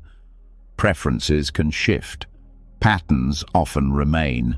When you stop trying to turn someone into a version that fits your emotional needs, you make space for clarity, either genuine connection or gentle distance. One of the most liberating truths you can accept is that people show you who they are consistently, not occasionally. Their habits, reactions, and emotional tendencies reveal their inner landscape far more than their promises or temporary efforts. When you accept this, you stop reading potential into behavior. You stop idealizing small improvements and overlooking recurring patterns. You stop hoping that if you just try harder, they will change. You begin relating to the actual person in front of you, not the imagined version your hope created. Accepting the nature of others also reveals how much emotional weight you've been carrying on your shoulders. Many people attempt to become emotional caretakers, helping partners regulate their moods, carrying friends' responsibilities, smoothing over tensions, trying to fix misunderstandings before they happen. This creates emotional burnout. You begin believing people need you to keep functioning. But when you accept their nature, you release yourself from the burden of managing their inner world. You recognize that their personality belongs to them, not to you. This shift also transforms conflict. When you accept someone's nature, you stop expecting them to respond differently every time. You stop being surprised by predictable behavior. You stop taking things personally. Instead of fighting the same emotional battles repeatedly, you understand the patterns. This understanding creates calm. It lets you decide consciously how close or distant to be from someone, instead of staying in cycles of disappointment. Another part of this acceptance is recognizing that traits are neither good nor bad. They are simply traits. A person who is emotionally reserved is not wrong. They are reserved. A person who is intense is not wrong. They are intense. A person who avoids confrontation is not wrong. They cope that way. You may prefer certain traits, but preferences do not make other traits defective. Acceptance is the ability to see differences without judgment. This view also helps you let go of unrealistic expectations in relationships. You stop expecting a quiet person to suddenly become expressive. You stop expecting an avoidant person to suddenly seek closeness. You stop expecting a chaotic person to suddenly become structured. When you accept this, frustration dissolves. You no longer feel betrayed by behavior that has always been consistent. You start making choices based on reality instead of fantasy. Accepting the nature of others does not mean staying in relationships that hurt you. It means seeing clearly whether the relationship is sustainable. If someone's personality consistently triggers your wounds, conflicts with your values, or contradicts your emotional needs, acceptance helps you make a peaceful decision. You no longer argue with their nature. You simply recognize that your paths differ. This clarity is not cold, it's compassionate. It honors both you and them. This acceptance also deepens your compassion. When you stop expecting people to be who they are not, you begin to see the human behind the habit. You see how their traits formed. You see the fears that drive them. You see the wounds they carry. You see the childhood imprints that shape their coping mechanisms. This understanding allows compassion to flow without enabling harmful patterns. It lets you love people more gently, with fewer demands, fewer conditions, and more space. Accepting others also helps you take responsibility for your emotional boundaries. When you understand someone's nature, you know which boundaries are needed to protect your peace. You stop waiting for them to change and instead choose actions that support your well-being. Boundaries become easier to enforce because they are no longer battles. They are decisions rooted in clarity. This acceptance also creates healthier expectations. You begin to ask yourself, can I accept this person as they are if nothing changes? If the answer is yes, peace follows. If the answer is no, clarity follows. You no longer stay in emotional limbo, hoping time will turn someone into a different version. You step out of the waiting room of potential and into the reality of presence. Another surprising effect is that accepting the nature of others helps them open up. When people stop feeling pressured to be different, they relax. They become more authentic. They feel safer around you because they sense they are not being judged. Sometimes this acceptance even allows them to grow, not because you pushed them, but because your acceptance removed resistance. Growth that comes from freedom, not pressure, is the most genuine form of change. And perhaps the most profound truth of all, accepting the nature of others teaches you to accept your own nature.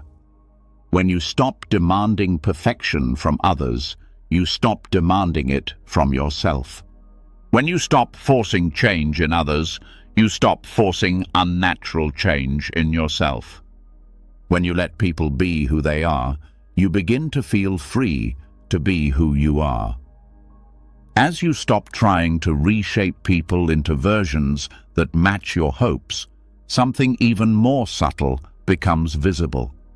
Beneath your expectations of others lies an even older attachment, your expectations of life itself.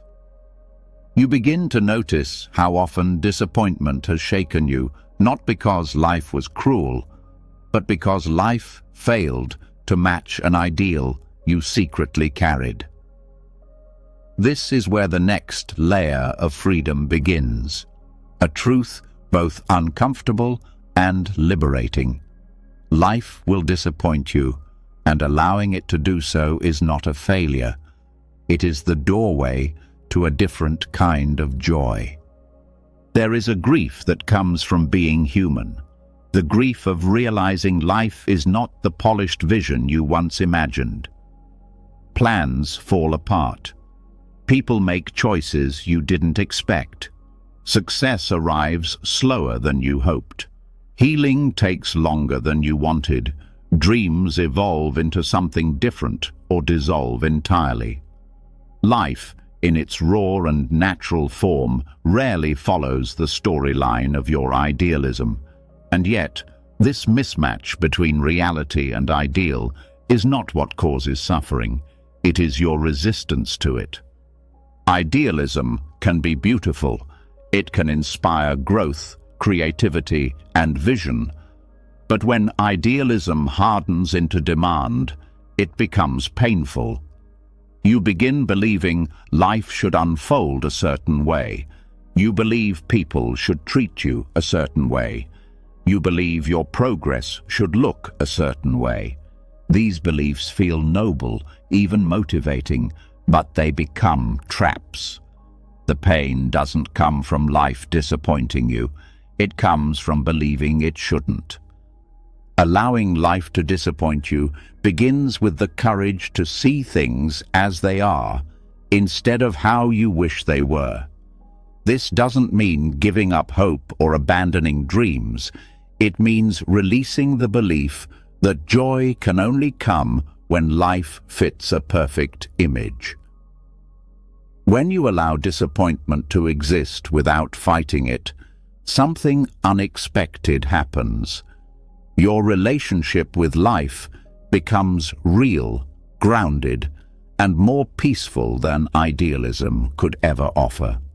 The first step is understanding that disappointment is part of the human experience, not a personal punishment. Everyone faces moments where reality contradicts their expectations. The more you try to protect yourself from this truth, the more fragile your happiness becomes. Idealism creates a brittle emotional system, one that collapses at the slightest deviation from your imagined path. When you drop the demand that life be perfect, disappointment becomes manageable. You feel it, you acknowledge it, and you move forward without letting it define the story of your life.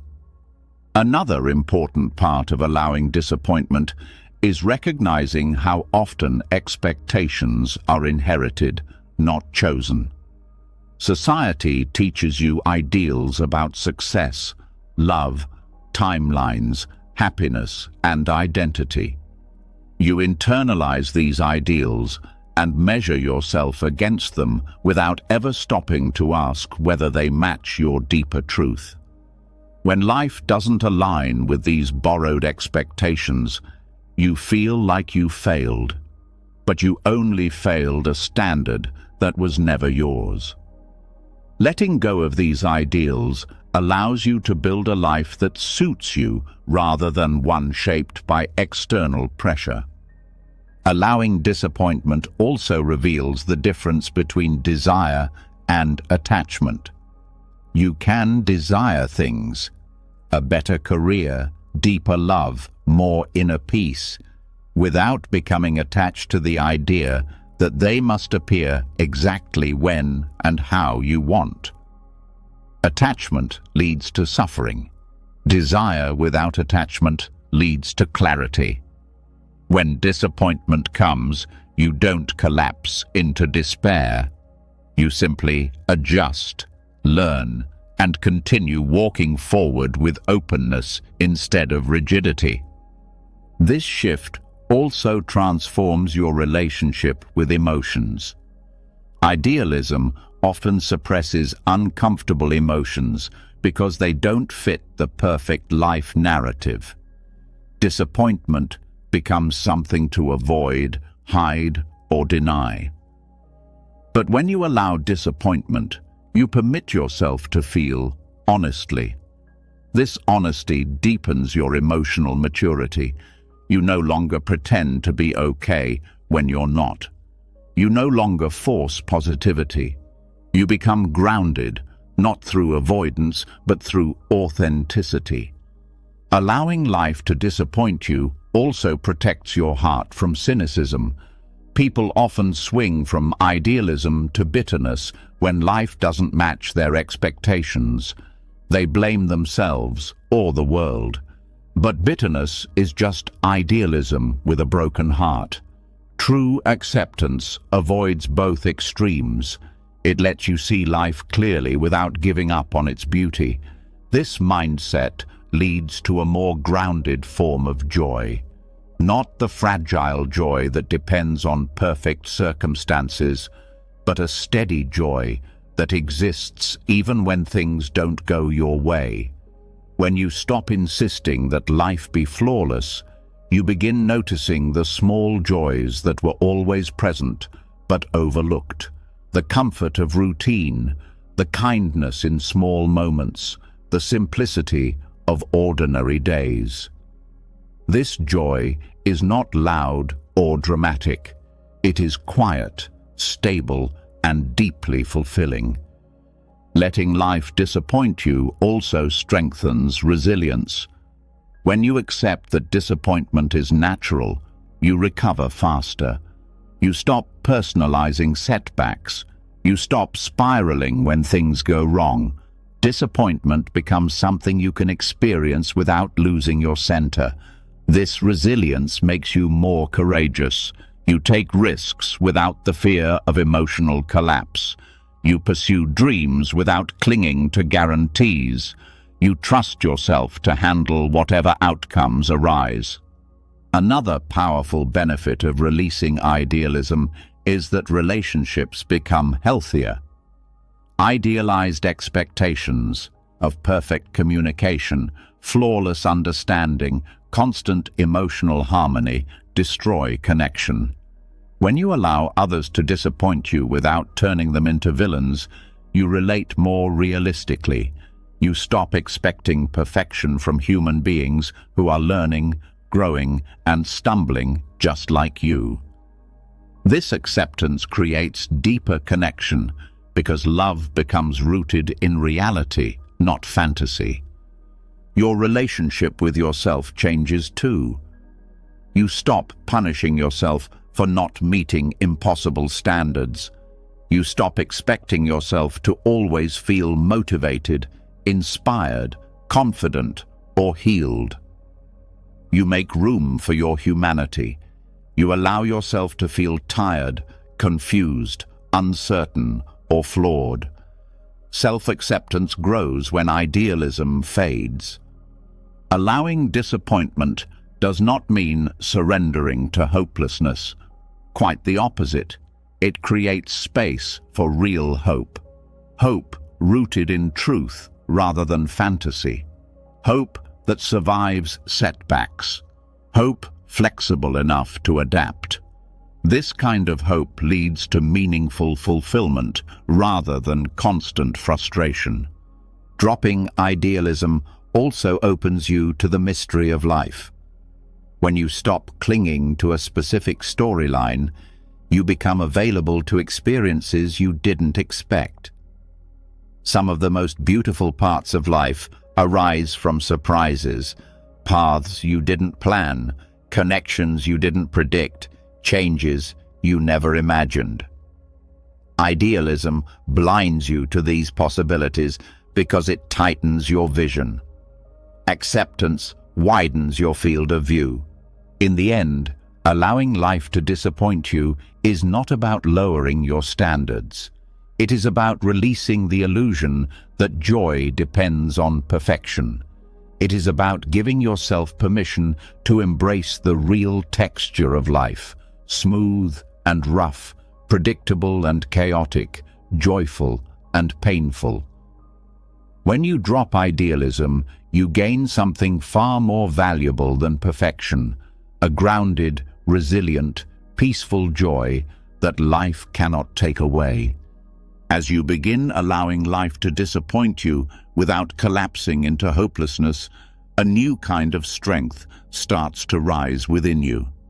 You begin to see that acceptance is not weakness and surrender is not defeat. Instead, a quiet steadiness emerges, a stability that does not depend on outcomes, timelines, or control. And this clarity reveals the next truth in your journey. Choosing peace in a world that worships force is its own form of courage. There is a heroic quality in letting go that society rarely celebrates. You are taught to push harder, fight constantly, control everything, stay ahead, dominate challenges, and never show vulnerability. Strength, you are told, comes from overpowering life. But this version of strength leaves people exhausted, anxious, and disconnected from themselves. The kind of strength that brings true peace is quieter, so quiet that most people overlook it. It comes from surrendering what you cannot hold, releasing battles you were never meant to fight, and choosing inner stillness over external struggle. Choosing surrender requires courage because it goes against everything you were conditioned to believe. The world rewards control. You feel valued when you perform, accomplish, and maintain mastery. So, when you choose to let go, your ego protests. It says, if you don't fight harder, everything will fall apart. But letting go does not mean abandoning responsibility. It means abandoning resistance. It means releasing the illusion that you can force life into submission. It is the bravery of trusting life more than your fear. One of the first forms of this quiet heroism appears when you stop trying to control people. You let them walk their own paths without interfering. You allow them to learn their own lessons without rescuing them from the consequences. You stop manipulating outcomes in relationships and instead allow honesty and natural unfolding to guide connection. This requires courage because it means trusting that whatever falls away was not meant to stay, and whatever stays is aligned with who you truly are. Another form of heroism appears when you stop fighting your emotions. Instead of suppressing sadness, you allow it. Instead of resisting fear, you acknowledge it. Instead of hiding vulnerability, you accept it. This surrender is not passive. It is powerful. It takes courage to sit with your inner world without numbing, avoiding, or pretending. Many people run from their emotions for decades. Being present with them, even briefly, is a deeper act of bravery than any external achievement. Letting go also shows its strength when you stop forcing outcomes. You may have spent years pushing your life in directions that exhausted you, careers that drained you, relationships that stunted you, goals that didn't belong to you. Surrender means recognizing when force is no longer aligned. It means stepping back, re-evaluating, and trusting that releasing the wrong path makes space for the right one. This trust requires bravery because it asks you to walk forward without guarantees. Another layer of this heroism emerges in stillness. Stillness is often misinterpreted as stagnation, but true stillness is active awareness. It means choosing not to react impulsively. It means pausing before speaking. It means breathing before responding. It means observing your thoughts before believing them. In a world addicted to speed and noise, stillness is a rebellion. It takes courage to be calm when everyone else panics, to be quiet when everyone else argues, to be thoughtful when everyone else rushes. The quiet heroism of letting go also appears when you accept uncertainty. Uncertainty is uncomfortable because it exposes the limits of your control. But when you stop resisting it, you begin to see that uncertainty is not a threat, it's a space. A space where new possibilities can form, where unexpected opportunities emerge, where personal growth can unfold. Accepting uncertainty is one of the bravest choices you can make because it means trusting your ability to navigate life rather than trusting your ability to control it. This courage deepens when you stop defining yourself by external achievements. When you are no longer driven by the need to prove your worth, you begin to act from authenticity rather than fear. Letting go of identity tied to performance is challenging because society equates accomplishment with value. But true freedom comes from recognizing your worth like a quiet flame, something that burns within you, steady and unshaken, regardless of external outcomes. Letting go also means releasing resentment, bitterness, and old emotional debts. Holding on to pain can feel like strength, but it is weight disguised as protection. Forgiveness, not the naive kind that ignores harm, but the wise kind that frees your heart, is one of the most courageous acts of surrender. It means choosing peace over punishment, clarity over pride, and healing over holding on.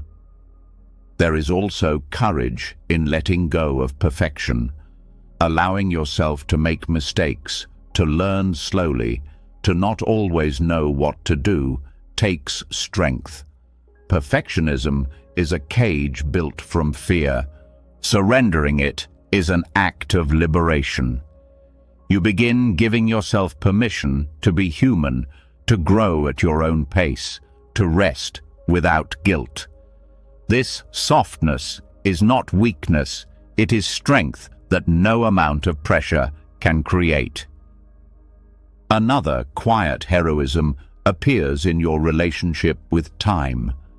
Letting go of the idea that you're behind or running out of time is deeply brave. It means trusting that life's timing aligns with your evolution. It means refusing to rush your growth, your healing, your journey. It means honoring your unique pace rather than competing with others. Letting go also shows itself in the willingness to walk away from what harms your peace.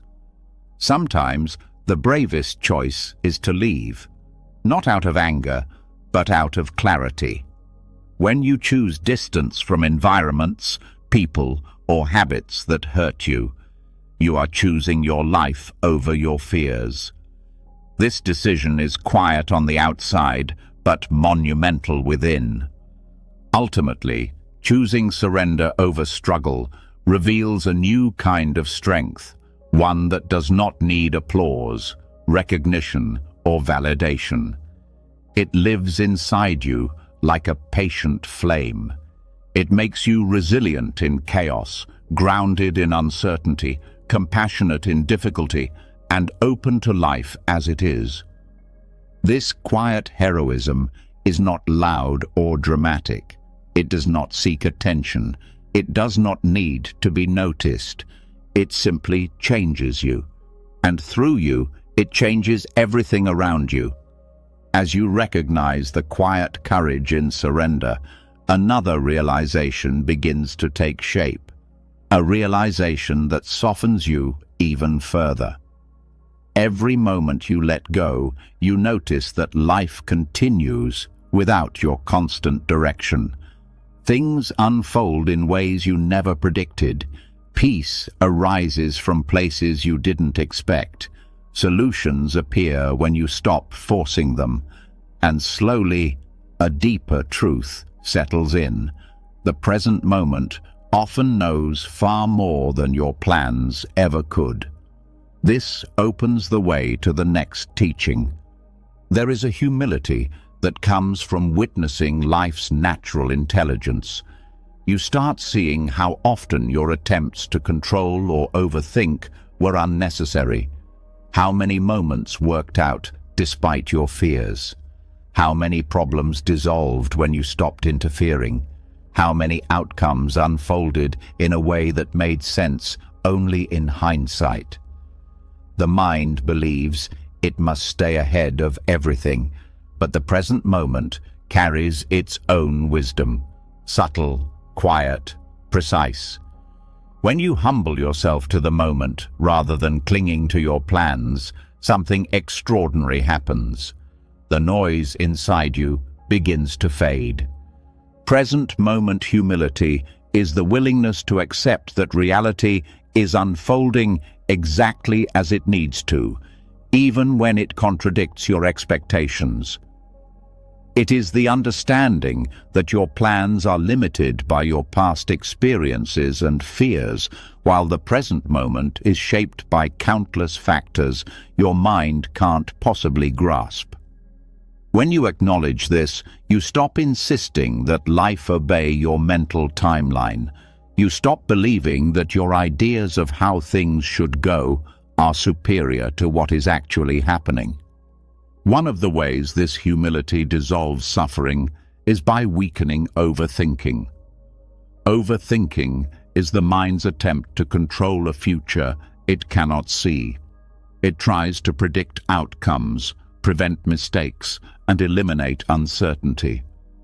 But the present moment is not asking you to predict anything.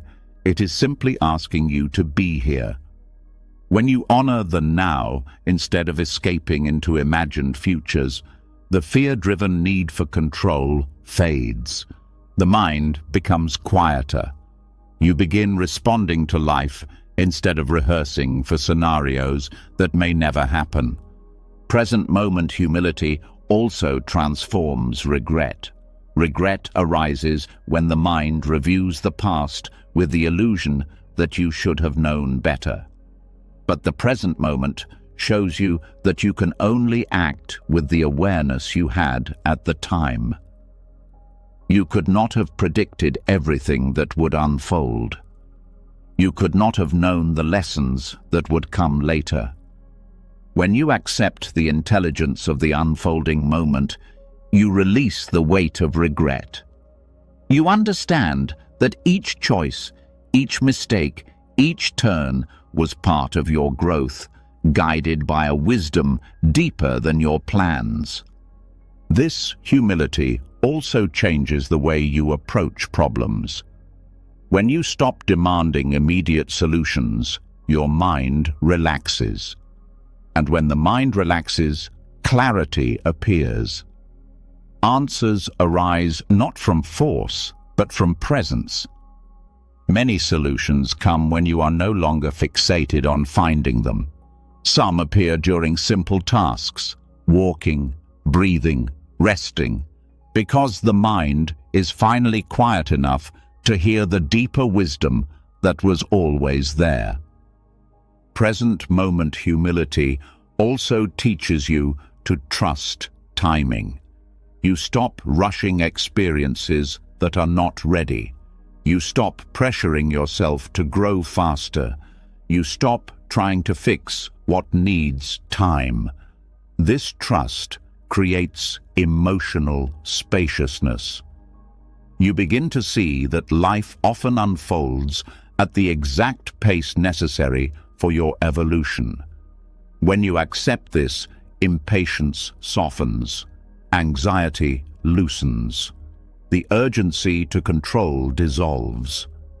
This humility also impacts relationships.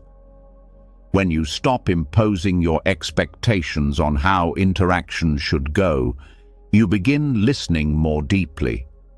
You become more present, more attentive, more compassionate. You stop assuming you know what someone will say or how they will respond.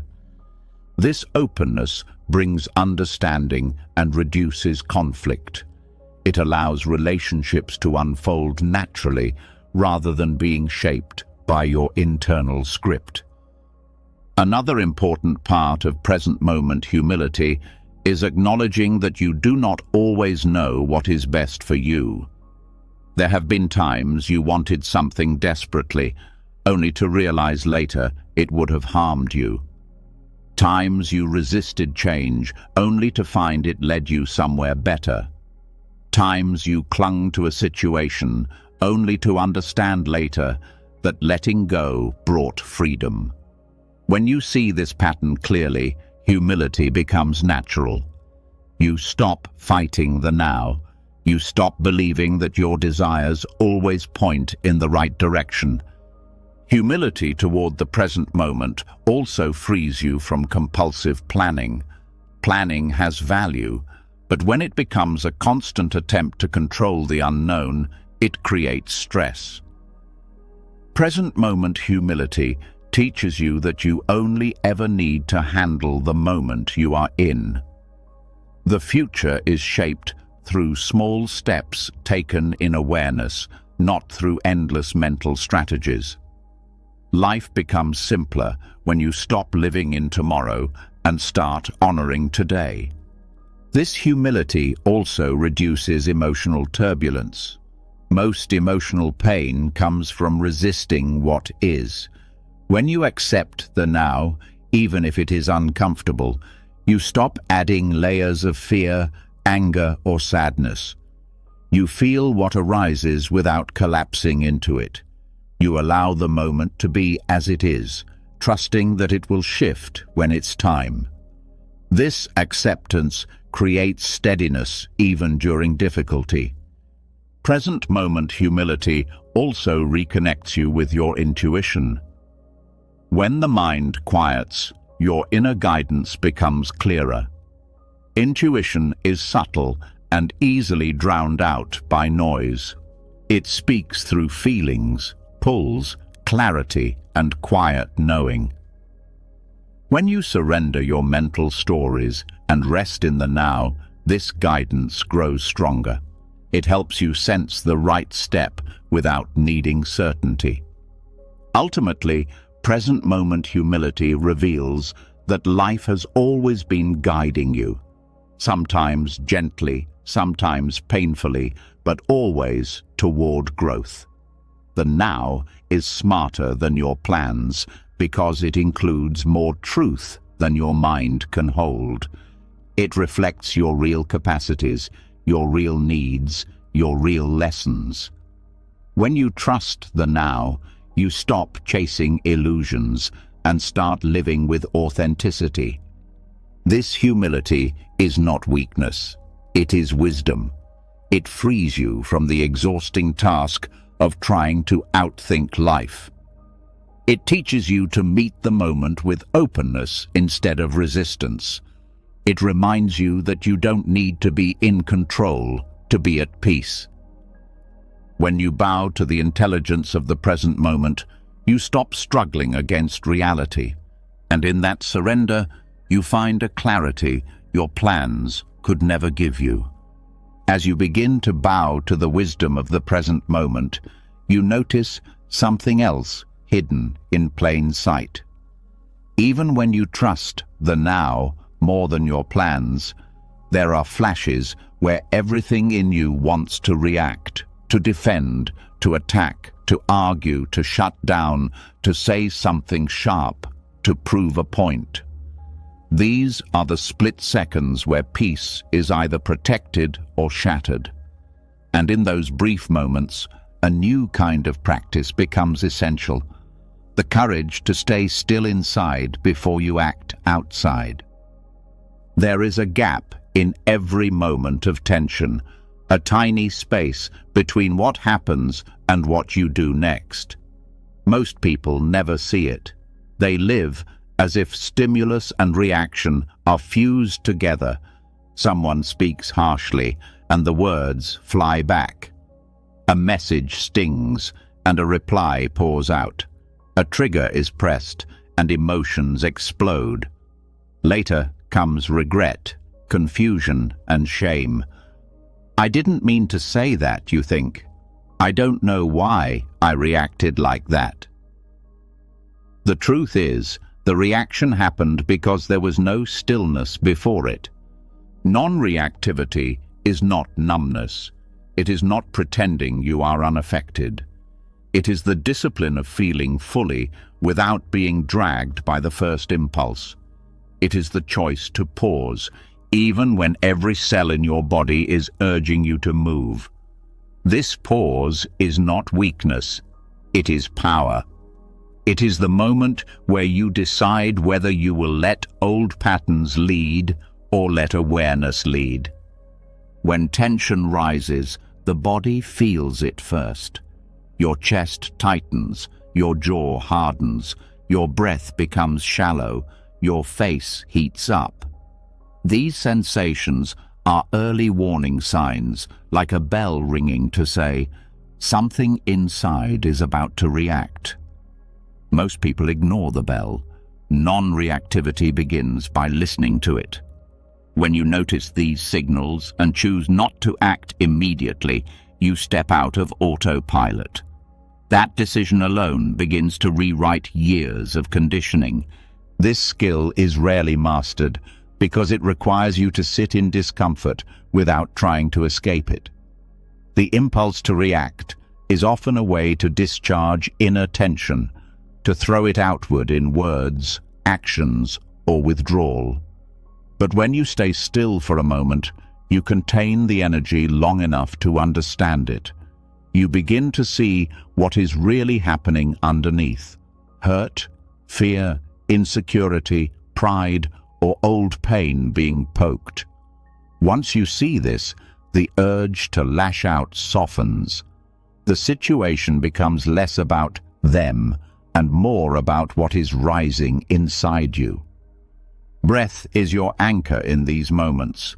One slow inhale, one slow exhale, not as a trick to avoid emotion, but as a way to stay present with it. When you breathe consciously into tension, you give your nervous system a chance to calm itself. Your heart rate slows, your body relaxes just enough for your mind to think clearly. That clarity lets you choose a response instead of collapsing into a reflex. Non-reactivity also protects your relationships. Many arguments do not come from what was said, but from how it was answered. A single reactive sentence can turn a small misunderstanding into a deep wound. When you practice the discipline of stillness before speaking, you give space for wisdom to enter. You may still address the issue, set a boundary, or express your hurt, but you do it from steadiness rather than chaos. The same message spoken with a calm nervous system and a clear mind lands very differently. This discipline does not mean staying silent forever. It does not mean allowing disrespect or pretending everything is fine. It means giving yourself enough stillness to see what truly needs to be said and what is merely your pain trying to spill outward. Sometimes the wisest response is to speak. Sometimes it is to step away. Sometimes it is to say, I need time to think. Non-reactivity is not about what you do, it is about the state you act from. You also begin to notice how much of your reactivity is rooted in older experiences. Someone's tone today may remind you of a voice from years ago. A small criticism may reopen an old wound of not feeling enough. Without stillness, this layering of past and present stays hidden. With stillness, you can separate them. You see that your reaction is bigger than the moment because it carries history. This awareness alone can shrink the intensity of your response. Practicing non-reactivity also transforms how you relate to your own thoughts. Not every thought deserves a reaction. Some are just echoes of old beliefs. Some are quick judgments that fade if you don't feed them. When you stop reacting to every thought as urgent, the mind becomes less chaotic. You respond only to what truly matters. You become less easily provoked by your own inner dialogue. Over time, this discipline builds a deep inner confidence. You know that even in heated moments, you will not automatically betray yourself. You might still make mistakes, but fewer. You might still speak from emotion, but with more awareness. You start trusting that you can hold your inner fire without letting it burn everything around you. This trust in yourself is one of the greatest gifts of non-reactivity. The world will continue to offer triggers, sharp words, unexpected events, unfairness, misunderstandings. You cannot control that. But you can learn to guard the space between trigger and response as something sacred. That space is where your freedom lives. That is where your practice lives. That is where peace is either protected or surrendered. Each time you choose to pause instead of react, you are training your nervous system in a new way of being. Each time you breathe through tension instead of exploding,